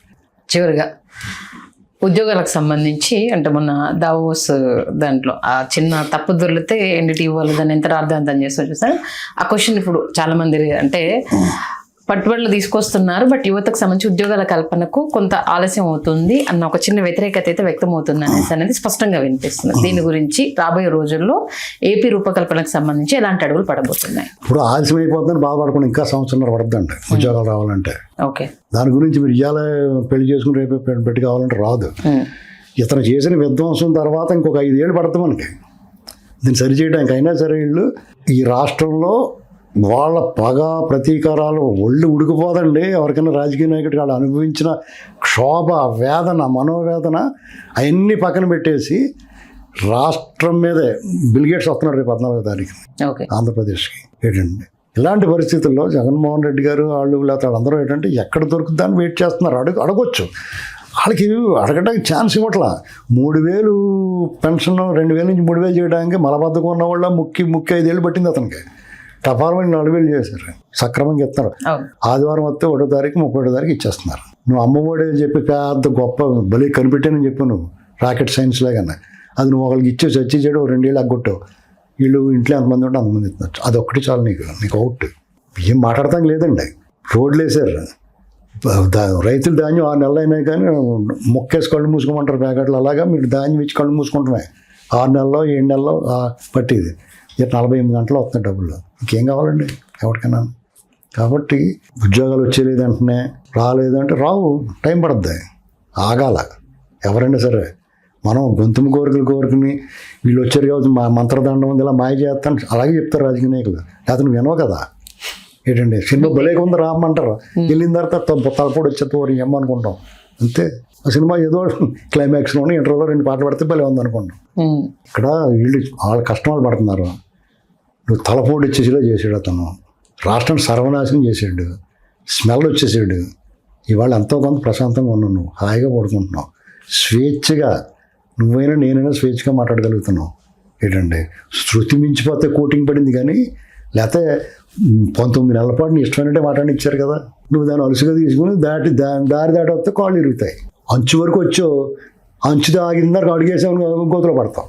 అదే జరుగుతుంది. అంచేత నువ్వు ఒళ్ళు స్పృహలో ఉండి ఒళ్ళు దగ్గర పెట్టుకుని ఎంత మాట మాడితే అంత మాట మాట్లాడకుండా ఎవరిని మాట్లాడుతున్నావో కూడా చూసుకుంటే అప్పుడు నీకు క్షేమం, వాళ్ళకి క్షేమం, పోలీసులు కూడా పని లేకుండా హాయిగా ఉంటుంది. ఓకే, చివరిగా అంటే ఇలాంటి కొన్ని వాటికి ప్రలోభాలకు గురయ్యి జరుగుతున్న దాన్ని చూడలేక ప్రశ్నించే గొంతులు కొన్ని ఉంటాయి. అంటే వాళ్ళ అభిమానులే కావచ్చు, కూటమికి సంబంధించి అరే ఏదో మనం ఎక్స్పెక్ట్ చేసాం ఇది రావట్లేదు అంటూ కొంత నిరాశ చెందే వాళ్ళకి ఏదైనా చెప్పాలంటే ఏం చెప్తారు? ఏమండి సహజంగానే ఆ అపప్రద ఉంది తెలుగుదేశం పార్టీలోనే లేకపోతే కూటమి ప్రభుత్వంలో. జనసేన నుంచి కానీ టీడీపీ నుంచి కానీ లేకపోతే బీజేపీ నుంచి కానీ కొంతమంది బాగా పనిచేసిన వాళ్ళు ఉంటారు. వాళ్ళకి అవకాశాలు రాలేదని ఒక నిరాశ నిస్పృహలు అనే మాట వాస్తవం. వాళ్ళు ఇవ్వడానికి ప్రయత్నం చేస్తారు. ఒక్కొక్కసారి అవకాశం రాదు, ఒక్కొక్కసారి అడ్డదారిలో పరిగెత్తుకొచ్చేస్తారు ఒక్కొక్కటి ఏదో రకంగా. లేకపోతే ఆడ రికమెండేషన్ సడన్గా వచ్చి వాడు దింపేస్తారు. అక్కడ అలాంటివి జరుగుతూ ఉంటాయి. వాళ్ళకి ఏదో న్యాయం చేయడానికి ప్రయత్నం చేస్తారు. అలాగని చెప్పి నిరాశపడి మనం వదిలేయకుండా కాడు వదిలేయకుండా వాళ్ళు ప్రయత్నం చేసుకోవాలి. ఇప్పుడు ఒక రాజకీయంలో ఎమ్మెల్యే టికెట్ కావాల్సిన ట్రై చేస్తూ ఉంటాడు మాండో. అలాగే ఒక్కొక్కసారి నిరాదరణకు గురవుతారు. నిజంగా పనిచేసిన వాళ్ళు నిరాదరణకు గురవుతారు. అది కొంచెం దురదృష్టకరం. అలాంటివి జరుగుతూ ఉంటారు. వాళ్ళందరూ నిరాశపడకుండా ప్రయత్నం లోపం ఉండకుండా ఎవరో ఒకరిని పట్టుకుని పని చేసుకోవాలి అంతే. అంటే వాళ్ళే గుర్తించాలి కదా అన్నప్పుడు గుర్తించడం కష్టం అండి. ఎందుకంటే ఏమవుద్దంటే అందలం ఎక్కే వరకు ఒకలా ఉంటాడు ఎవడైనా. అందలం ఎక్కిన తర్వాత ఆకాశంలో ఉంటారు కాబట్టి మనకు కొంచెం చిన్నగా అంతం. అది వాళ్ళ తప్పు కాదు, ఇది సమాజ పరిస్థితులు అంతే. ఆ పరిస్థితి తప్పు. మీకు ఒక నాయకుడు అధికారంలోకి వచ్చే వరకు అతను చుట్టూ ఉన్న వాళ్ళు ఎవరు ఉంటారంటే పార్టీ కేడర్ నాయకులు ఉంటారు. అధికారంలోకి వచ్చిన తర్వాత ఎగ్జిక్యూటివ్స్ వస్తారు. వాళ్ళకి నువ్వేం కష్టపడడానికి తెలియదు. నాయకుడికి అధికారంలో లేని ప్రతిపక్షంలో ఉన్నప్పుడు ఉన్న వాళ్ళు తెలిసి నువ్వేం పని చేసావు. అర్థమైందండి? వాళ్ళేమో నిమిత్త మాత్రులుగా నిర్వీకారులుగా వాళ్ళ పనులు చేసుకుంటా వాళ్ళు భోజనం వాళ్ళు చేస్తూ ఉంటారు. భోజనం అంటే తెలుసు కదా మీకు. అందుచేత వాళ్ళు హ్యాపీగా ఉంటారు. కాబట్టి ఆ వ్యత్యాసాన్ని గమనించి మనం పట్టించుకున్న నాయకుడికి నువ్వు అప్పుడు ఇప్పుడు ఒకలాగా ఉంటాడు. నిన్ను నాయకుడి మధ్య గోడగా ఉంటారు వాళ్ళు. అది వాళ్ళ తప్పు కాదు. వాళ్ళ డ్యూటీ ప్రకారం వాళ్ళు ఎవరు కలవాలో ఎవరు కలవకూడదు అంతా వాళ్ళ డ్యూటీ పరిపాలన స్వలాభమని కాదు పరిపాలన విధంగా ఉద్యోగ ధర్మం నిర్వర్తిస్తారు. ఈ వ్యత్యాసాన్ని చెరిపేయగలగాలి. ఆ ప్రయత్నంలోనే చంద్రబాబు నాయుడు గారు లోకేష్ గారు పార్టీ కార్యాలయానికి వచ్చి కార్యకర్తలను కలుస్తున్నారు. కొంత పార్టీ ఆఫీసులో కూడా సీనియర్ నాయకులు కొంతమందిని పెడితే ఎవరినో వచ్చినప్పుడు బాబు గారిని కలవకపోయినా అంతటి స్టేజ్లో ఉన్న నాయకుని కలిసి ఉన్న తృప్తి ఉండదు కార్యకర్తలకి. వాళ్ళు చెప్పుకుంటూ ఉంటారు. అది కూడా ప్రయత్నం చేస్తున్నారు. డెఫినెట్గా చంద్రబాబు నాయుడు గారు కార్యకర్తల మనసు తెలుసుకుంటూ మనకన్నా ముందు ఆయన ఎక్స్పెక్ట్ చేస్తారు ఏం జరుగుతుందో. అర్థమైందండి? కాబట్టి ఒక్కొక్కసారి నిరాశ నిస్పృహలు తప్ప అలాంటి వాళ్ళకి మా వంతుగా మేము ఏమైనా చేసి పెడుతున్నాం. ఎవరన్నా బాధపడితే వాళ్ళ దగ్గరికి వెళ్ళటానికి ట్రై చేయటం అంటే పూర్తిగా మేము చేసేయలేము. ఒక వారధి మా పరిధిలో ఏమైనా అవ్వగలిగిన అనుకోండి మళ్ళీ చేరలేకపోతే చేసి పెట్టగల ట్రై చేస్తున్నాం. ఇంకో ఇద్దరు ప్రత్యేక వ్యక్తుల గురించి మీ మాటల్లో, కూటమిలో ఇప్పుడు సెంటర్ ఆఫ్ అట్రాక్షన్ ఒకరు పవన్ కళ్యాణ్ గారు, ఇంకొకరు లోకేష్ గారు. ఆ ఇద్దరి అనుబంధం కావచ్చు, ఇద్దరు కలిసి నడుస్తున్న విధానం కావచ్చు, కూటమికి ఒక ఇన్స్పిరేషన్. దాని గురించి మీ మాటలు ఏదైనా చెప్పాలంటే ఏం చెప్తారు? ఇప్పుడు పవన్ కళ్యాణ్ గారు విశ్వసనీయమైన వ్యక్తి అండి. నాకు చాలా ఇష్టమైన అంటే రాజకీయాల్లో రాకముందు కూడా నేను సినిమాల్లో కూడా నాకు ఎందుకు ఇష్టం అంటే చాలామంది తెలియని విషయం ఏంటంటే చంద్రబాబు నాయుడు గారి అలిపిరిలో దాడి జరిగింది కదా, అప్పుడు ఆయన జానీ సినిమా షూటింగ్లో ఆయన దర్శకుడు. చంద్రబాబు గారి మీద అలిపిరిలో దాడి జరిగినట్టు ఆయన షూటింగ్లో ఉన్నాడు. ఆ షూటింగ్ని ఆయన ఆపేసి తన నిరసన వ్యక్తం చేశాడు. అంతేకాకుండా ఆయన పట్ల ఎందుకో నాకు ఒక రకమైన నా కృష్ణ గారి ఫేవరెట్ నేను. తర్వాత ఆటోమేటిక్గా మహేష్ బాబు అంటే లైక్ చేస్తాం కదా. నాకు పవన్ కళ్యాణ్ గారు అంటే కూడా ఇష్టం. ఆయన 2014లో పార్టీ పెట్టిన తర్వాత ఎవడైనా సరే అవకాశాన్ని వాడుకుని ఎన్నో కొన్ని సీట్లు తీసుకుంటాడు కదా. ఆయన నేను వద్దని పార్టీకి సపోర్ట్ చేస్తాను, నా పార్టీ నిర్మాణం లేదు అని చెప్పి అక్కడ ఆయనలో నిస్వార్థాన్ని గమనించాలి. ఎవడం ఆయన తిట్టివాళ్ళు టైర్లు మార్చాడు ఇలాంటి మాటలు పనికిమాలిన మాటలు కాదు. ఆ విధానాన్ని గమనించండి ఆ వ్యక్తిలో. అంటే నిస్వార్థంగా పనిచేసాడు. 2019లో ఘోరంగా ఓడిపోయినా సరే నిలబడ్డాడు పారిపోకుండా. అవునా కదండి? ఇవాళ 100% స్ట్రైక్ రేట్ వచ్చింది. ఆయనలో అప్పుడు ముందున్న ఆవేశాన్ని అణుచుకోవడం చాలా కష్టం. ఎన్ని అవమానాలు పడ్డాడు. వైజాగ్ హోటల్లో ఆ సిచ్యువేషన్ ఎదుర్కొన్నవాడు అధికారంలో రాగానే కొట్టి చంపేస్తారు ఉన్నాను. ఆయనలో ఎంత పరిణితి సాధించాడండి. ఆయన ప్రసంగాలు ఎలా ఉన్నాయండి. భవిష్యత్తు గురించి ఆలోచిస్తున్నాడు. ప్రజల కోణంలో ప్రజలకు ఏం కావాలో ఆలోచిస్తున్నాడు. కాబట్టి అది అంటే డెఫినెట్గా నాకు ఇష్టం. లోకేష్ అంటే ఎన్టీ రామారావు గారు మనవడిగా, చంద్రబాబు గారు కొడుకుగా పార్టీ పరంగా ఆయన మీద అభిమానం ఉంటుంది. అంతేకాకుండా నా పర్సనల్గా కూడా నేను ఆయనతో చాలాసార్లు కలిసిన మాట్లాడినప్పుడు ఆ కుర్రోడు ఈ రాష్ట్రానికి అవసరం అనిపించేలాంటి అతని ఆలోచన ఉందండి. డెఫినెట్గా వాళ్ళిద్దరు బాండింగ్ అన్నదమ్ముల కంటే ఎక్కువగా ఉంది. అది రాజకీయ అవసరమా లేకపోతే రకరకాల వ్యాఖ్యానాలు చేస్తారు. వాళ్ళిద్దరిలో స్వచ్ఛత ఉంది, కలిసి పనిచేయాలన్న తపన ఉంది. కలిసి పనిచేయటం వల్ల బయట నుంచి వస్తున్న ప్రశంసల్ని వాళ్ళు ఎంజాయ్ చేస్తున్నారు. దాన్ని ఎందుకు చెడగొట్టుకుంటారు ఎవడన్నా? అర్థమైందా? మనకు కూడా చెడగొట్టే ప్రయత్నం కూడా జరుగుతుంది. ఎవడ చేసిన పని జరుగుతుంది. నెక్స్ట్ లోకేష్ సీఎం కాబోతున్నారు ఏమండి, లోకేష్ సీఎం అవుతున్నాడు అని చెప్పి పుకార్లు అయ్యి ఎవరు చెప్పాడు మీకు? ఎవరు చెప్పారండి? చాలా మంది మాట్లాడతారు. మీకు అగ్గిపోలు గీసిపోలు రెడీగా ఉంటారండి. దాన్ని అవన్నీ పట్టించుకుంటా పోతే బోడని చెప్తాను. తెల్లచొక్క వేసుకుంటే ఈ మీద ఏదో ఉందంటారు. ఏటి చూసుకున్నప్పుడు సూట్కి చెట్టుపోతారు. అది ఆ టైప్ అనమాట ఇదంతా. అవన్నీ పట్టించుకోకూడదండి. ఒకవేళ అయితే అవుతాడు ఏంటి సో వాట్ అయితే ఏంటి? లేకపోతే చంద్రబాబు గారు పవన్ కళ్యాణ్ గారిని మీరు ఉండండి లేకపోతే అంటాడు. ఏమవుద్ది? ఇప్పుడు ఏదైనా జరగవచ్చు. దానికి ఊరికే గింజు మనకి ఏం కావాలండి? అలాగేనండి, లా అండ్ ఆర్డర్ బాగుండాలి, ప్రశాంతంగా ఉండాలి. జగన్మోహన్ లాంటి ఈ దుష్ట శక్తులు మన రాష్ట్రంలో వాళ్ళ నీడ కూడా పడకూడదు. నోటి తొత్తరు ఉన్న వాళ్ళు ఇప్పుడు ఆల్రెడీ కొడాలని నోరు మూసుకున్నాడు. వల్లభనేని వంశీ సైలెంట్ అయిపోయాడు. చాలామంది కొడాలని దాంట్లో కూడా కులంలో అవుతున్నారు. అతను ఏం చేయట్లేదండి. అక్కడ ఆపరేషన్ చేయించుకున్నాడు.